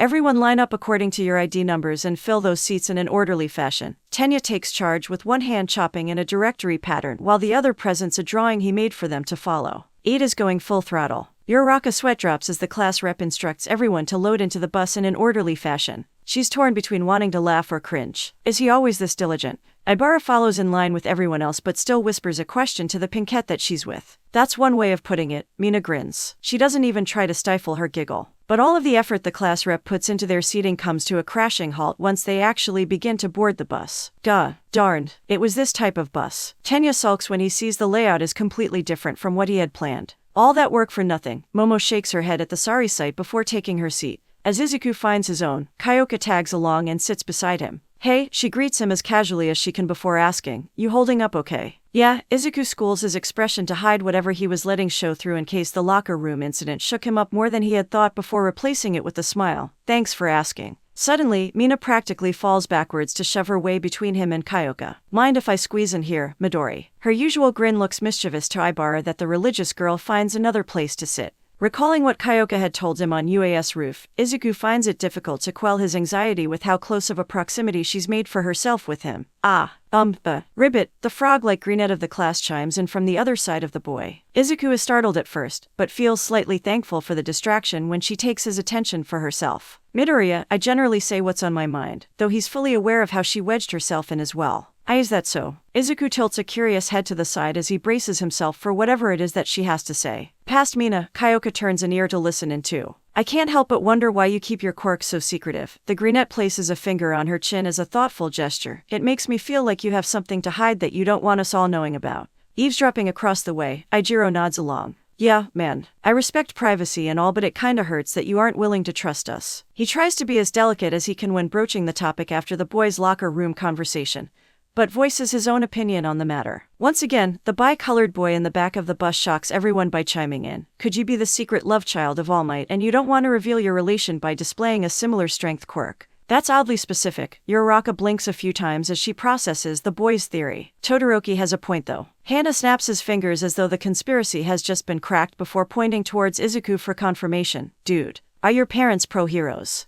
No. Sorry to get anybody's hopes up." Izuku quickly shakes his head to debunk the hypothesis, and glances at everyone apologetically when he sees some of them becoming sullen with disappointment. "What then? Are they villains?" The boy with a lightning streak in his blonde hair crosses his arms as he leans back and jokingly presents his own proposition. When he sees Izuku's reaction, he uncrosses them and leans forward. "Oh my god. Are they?" No, they're not." Izuku immediately denies the boy's claim but recoils when he realizes that he may have done so too forcefully. He sees some of his class aren't convinced by his hasty response. "I met his mom." Kyoka frowns at the students shying away from Izuku and defends him as best as she can. "She's super sweet, so." "She's not a villain." Izuku casts her a sidelong grateful glance. Mina swivels her head from the girl on her one side to the boy on her other to ask, "What about your dad, Midori?" Izuku shifts uncomfortably as he nervously scratches the back of his head. "He works overseas, so I hardly get to see him." He looks down at his feet to avoid making eye contact with his class, worried that they won't believe him. "I bet his dad's a villain," the same blonde from before mutters in a not-so-quiet whisper. The bald-headed boy he normally hangs around with nods in agreement. Izuku closes his eyes, having expected that kind of response. Kyoka frowns, hearing them loud and clear thanks to her quirk. When the bus bounces over a speed bump, she shoots one of her jacks out to jab the blonde in the neck. "Whoops, missed my charging port." She feigns the attack as an accident while pumping her heartbeat into the boy in order to give him a shock. Once the class gets the message loud and clear, she returns to her seat. "Look everyone. Maybe we should talk about something else." "No need," but Aizawa stops the class discussion when he stands up from the front of the transportation vehicle. The bus comes to a stop as he announces their arrival. "We're here." Whoa. Several students twist in their seats to look out the window and exclaim in awe. "Wow, it looks like a giant dome." Ijiro marvels at the massive structure that resides at the top of a stone staircase just outside the bus. "Is it an observatory?" Mina excitedly hops off the bus as she examines the building's curvaceous shape for herself. "Maybe it's a planetarium." The invisible girl bounces beside her while suggesting an alternative reason for the strange design. "We're doing rescues in an observatory planetarium." The tailed blonde of the class deadpans as he steps in between them to get a look at the structure too. "Okay, maybe not either of those." Mina scratches her head when she realizes her singular brain cell even when combined with another won't be enough to guess what's inside. "You'll all see soon enough," Aizawa grumbles more so to himself as he leads his class up the steps of the tall staircase. When he pushes the doors open, he closes his eyes and wishes he could plug his ears as he prepares for the next barrage of overly excitable exclamations. "Wow, maybe it's Universal Studios Japan." Uraraka makes her own guess when she sees all sorts of varying environments that look like sections of an amusement park. Aizawa sighs as he tries to correct her and explain to everyone where they're really at. "No, it's the USJ. It is Universal Studios Japan." But Mina's girlish squeal of joy cuts him off before he can get another word out. "It's not." Aizawa's eyes snap open as she shouts for everyone to quiet down. Once the rambunctious bunch settles for occasional murmurs, he tries again. USJ stands for Unforeseen Simulation Joint. This is where you'll be simulating rescues in various unforeseen disaster scenarios. The homeroom teacher tries not to yawn as he gives his tired explanation. "That's right. There's a conflagration zone for fires, a landslide zone, a flood zone, and more. I ought to know. I built this facility myself." An astronaut-themed hero climbs a staircase to join everyone at the entrance while piggybacking off of Aizawa's description of the USJ. "Whoa, it's 13. To which Uraraka practically glows with delight. The brunette instantly recognizes the rescue hero. Yes, 13 will be overlooking today's trip as a special guest. Aizawa's dull tone is a sharp contrast by comparison, but he still tries to wave his arm with a mild flourish anyways. 13, take it away. And away we shall go. But first, some points to make. 13 raises a gloved finger to get everybody's attention. A few students chuckle or snort at the pun. When the tip of the poised finger pops open like a bottle cap, they gasp in shock. I'm sure many of you are aware that my quirk is called Black Hole. It can suck and tear anything apart. A wispy fog edges from the brim of the opening that makes up the hero's quirk to which they are referring. You used it to save a ton of people from disasters. Uraraka enthusiastically nods while raising her arms over her head to be called on should the hero ask them about their quirk. Indeed, 13 gives the girl a single nod of acknowledgement, but takes a serious tone that sobers Uraraka quickly. However, 13's head swivels to look at everyone. My power can easily kill. Izuku sees his own reflection in the hero's black face visor. I've no doubt there are some of you here with similar abilities. In our superpowered society, the use of quirks is heavily restricted and monitored. It may seem that system is a stable one, but we must never forget that it takes one wrong move with an uncontrollable quirk for someone to die. Izuku listens intently as the hero's words resonate with his beating heart. During Aizawa's physical fitness test, you came to learn of your hidden capabilities and potential. 13 seems to be looking directly at him now. Through All Might's battle training, you discovered the danger your quirks can pose to each other, and Izuku understands why he was allowed to attend this lesson even after his mistakes. Combining those lessons, this session will teach you how to properly regulate your power to save lives. Bravo. Amazing. It all comes full circle. As expected of UA, Tenya claps with exaggerated movements as he looks around at his peers to get them to join in his applause. I'm not finished yet, but 13 makes him realize his mistake and he ceases the praise abruptly. My apologies. Tenya bows at the waist to hide his fierce blush of embarrassment. A few snickers and giggles surround him. Your powers are not meant to inflict harm. Izuku finds himself staring into the blank space of 13's face mask once again. I hope that you leave here today with the understanding that your quirks are meant to help people and not hurt them. Then, Izuku's eyes are drawn to a whirling vortex of ornate purple, the dense fog flickering and licking at the turbulent air. It's a gateway to danger, and the danger is coming through. At the center of the USJ, the water fountain stops working. So do the lights lining the roof. Every bulb bursts and blows out as the power stops functioning.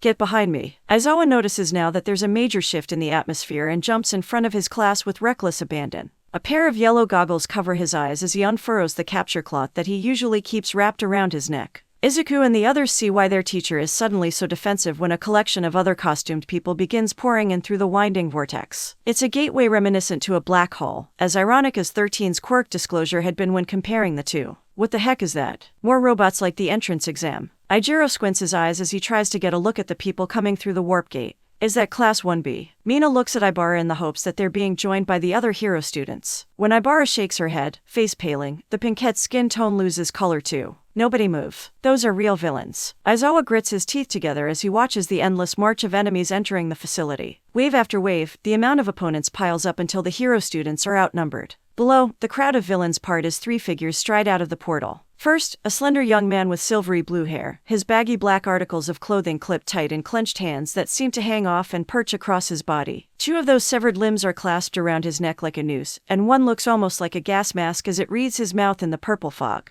To his back, a massive form strides out with heavy stomps of large feet, hunched over as it looms around him. Black-skinned and clawed hands, with a beaked jaw that peeks out from beneath an exposed brain. Across its arms and back, deep gashes and scars are embedded into its skin. None of those valleys of the dark canyon are stretched apart to show raw muscle fiber. The violet mist that makes up the portal swirls together to form a strange man-shaped silhouette with a layered metal collar. His body is nothing but flickering smoke and shadow, with two gaslight eyes that peer around. As the three villains come to a stop, the leader, who's wreathed in severed hands, glances up and around. Even this far away, Kyoka can hear the leader's voice without issue, and judging from the shifting of Izuku's head, he can make it out too. Around them, the class is panicking and shouting about how this isn't possible. But those who can hear the villains are far more focused on the threat at hand.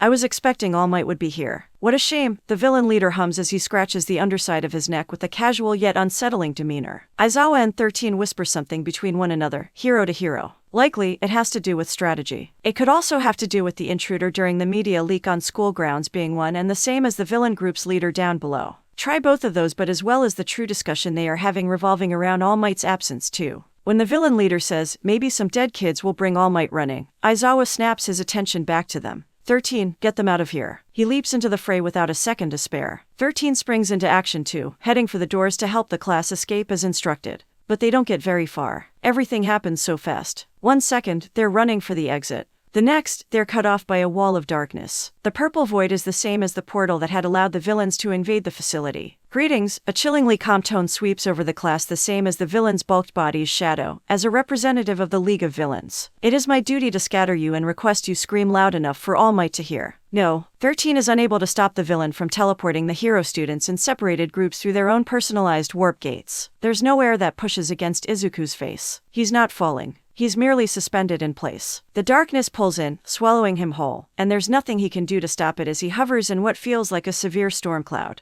He knows that the entry to this vacuity has closed behind him. Yet, what's in front of him and below him is nothing better. He looks down and sees a deep dark abyss that's staring back. The darkness reaches out for Izuku, its hands trying to wrap around him so that he can be pulled down. It's fighting its own stubbornness of keeping him motionless. The void is beckoning for him to drop. Izuku falls out and lands in a pile of what would be soft sand if not for the small sharp pebbles scattered in it. He's in a construction zone. However, he's not alone. Kyoka and Momo land on either side of him, followed by Ibara from Class 1B. The girls don't notice him until he notices there are villains here just like there was at the plaza of the building. Jiru, Izuku glances back only momentarily. He whips his head in the direction of sinister cackles. Villains surround them, not allowing him to take his eyes off the opponents. Looks like we've hit the jackpot, boys. A serpent-skinned villain runs a slim tongue along his scaly lips. I call dibs on the petite one. Izuku's heart thumps heavily in his chest. This isn't like the times Bakugo and the others dragged him to their usual spot to beat on him. This kind of scum wants to have their way with Kyoka and the other girls. Izuku grabs a handful of his shirt, the clump of material bunched up in his fist. When he pulls, the buttons holding his shirt together pop off. His other hand snatches the cord that's let loose. Surrounded by villains, he has no other choice but to tug on it. Izuku snarls a warning as he stretches the line. Jiru, cover your ears. Then comes the roar.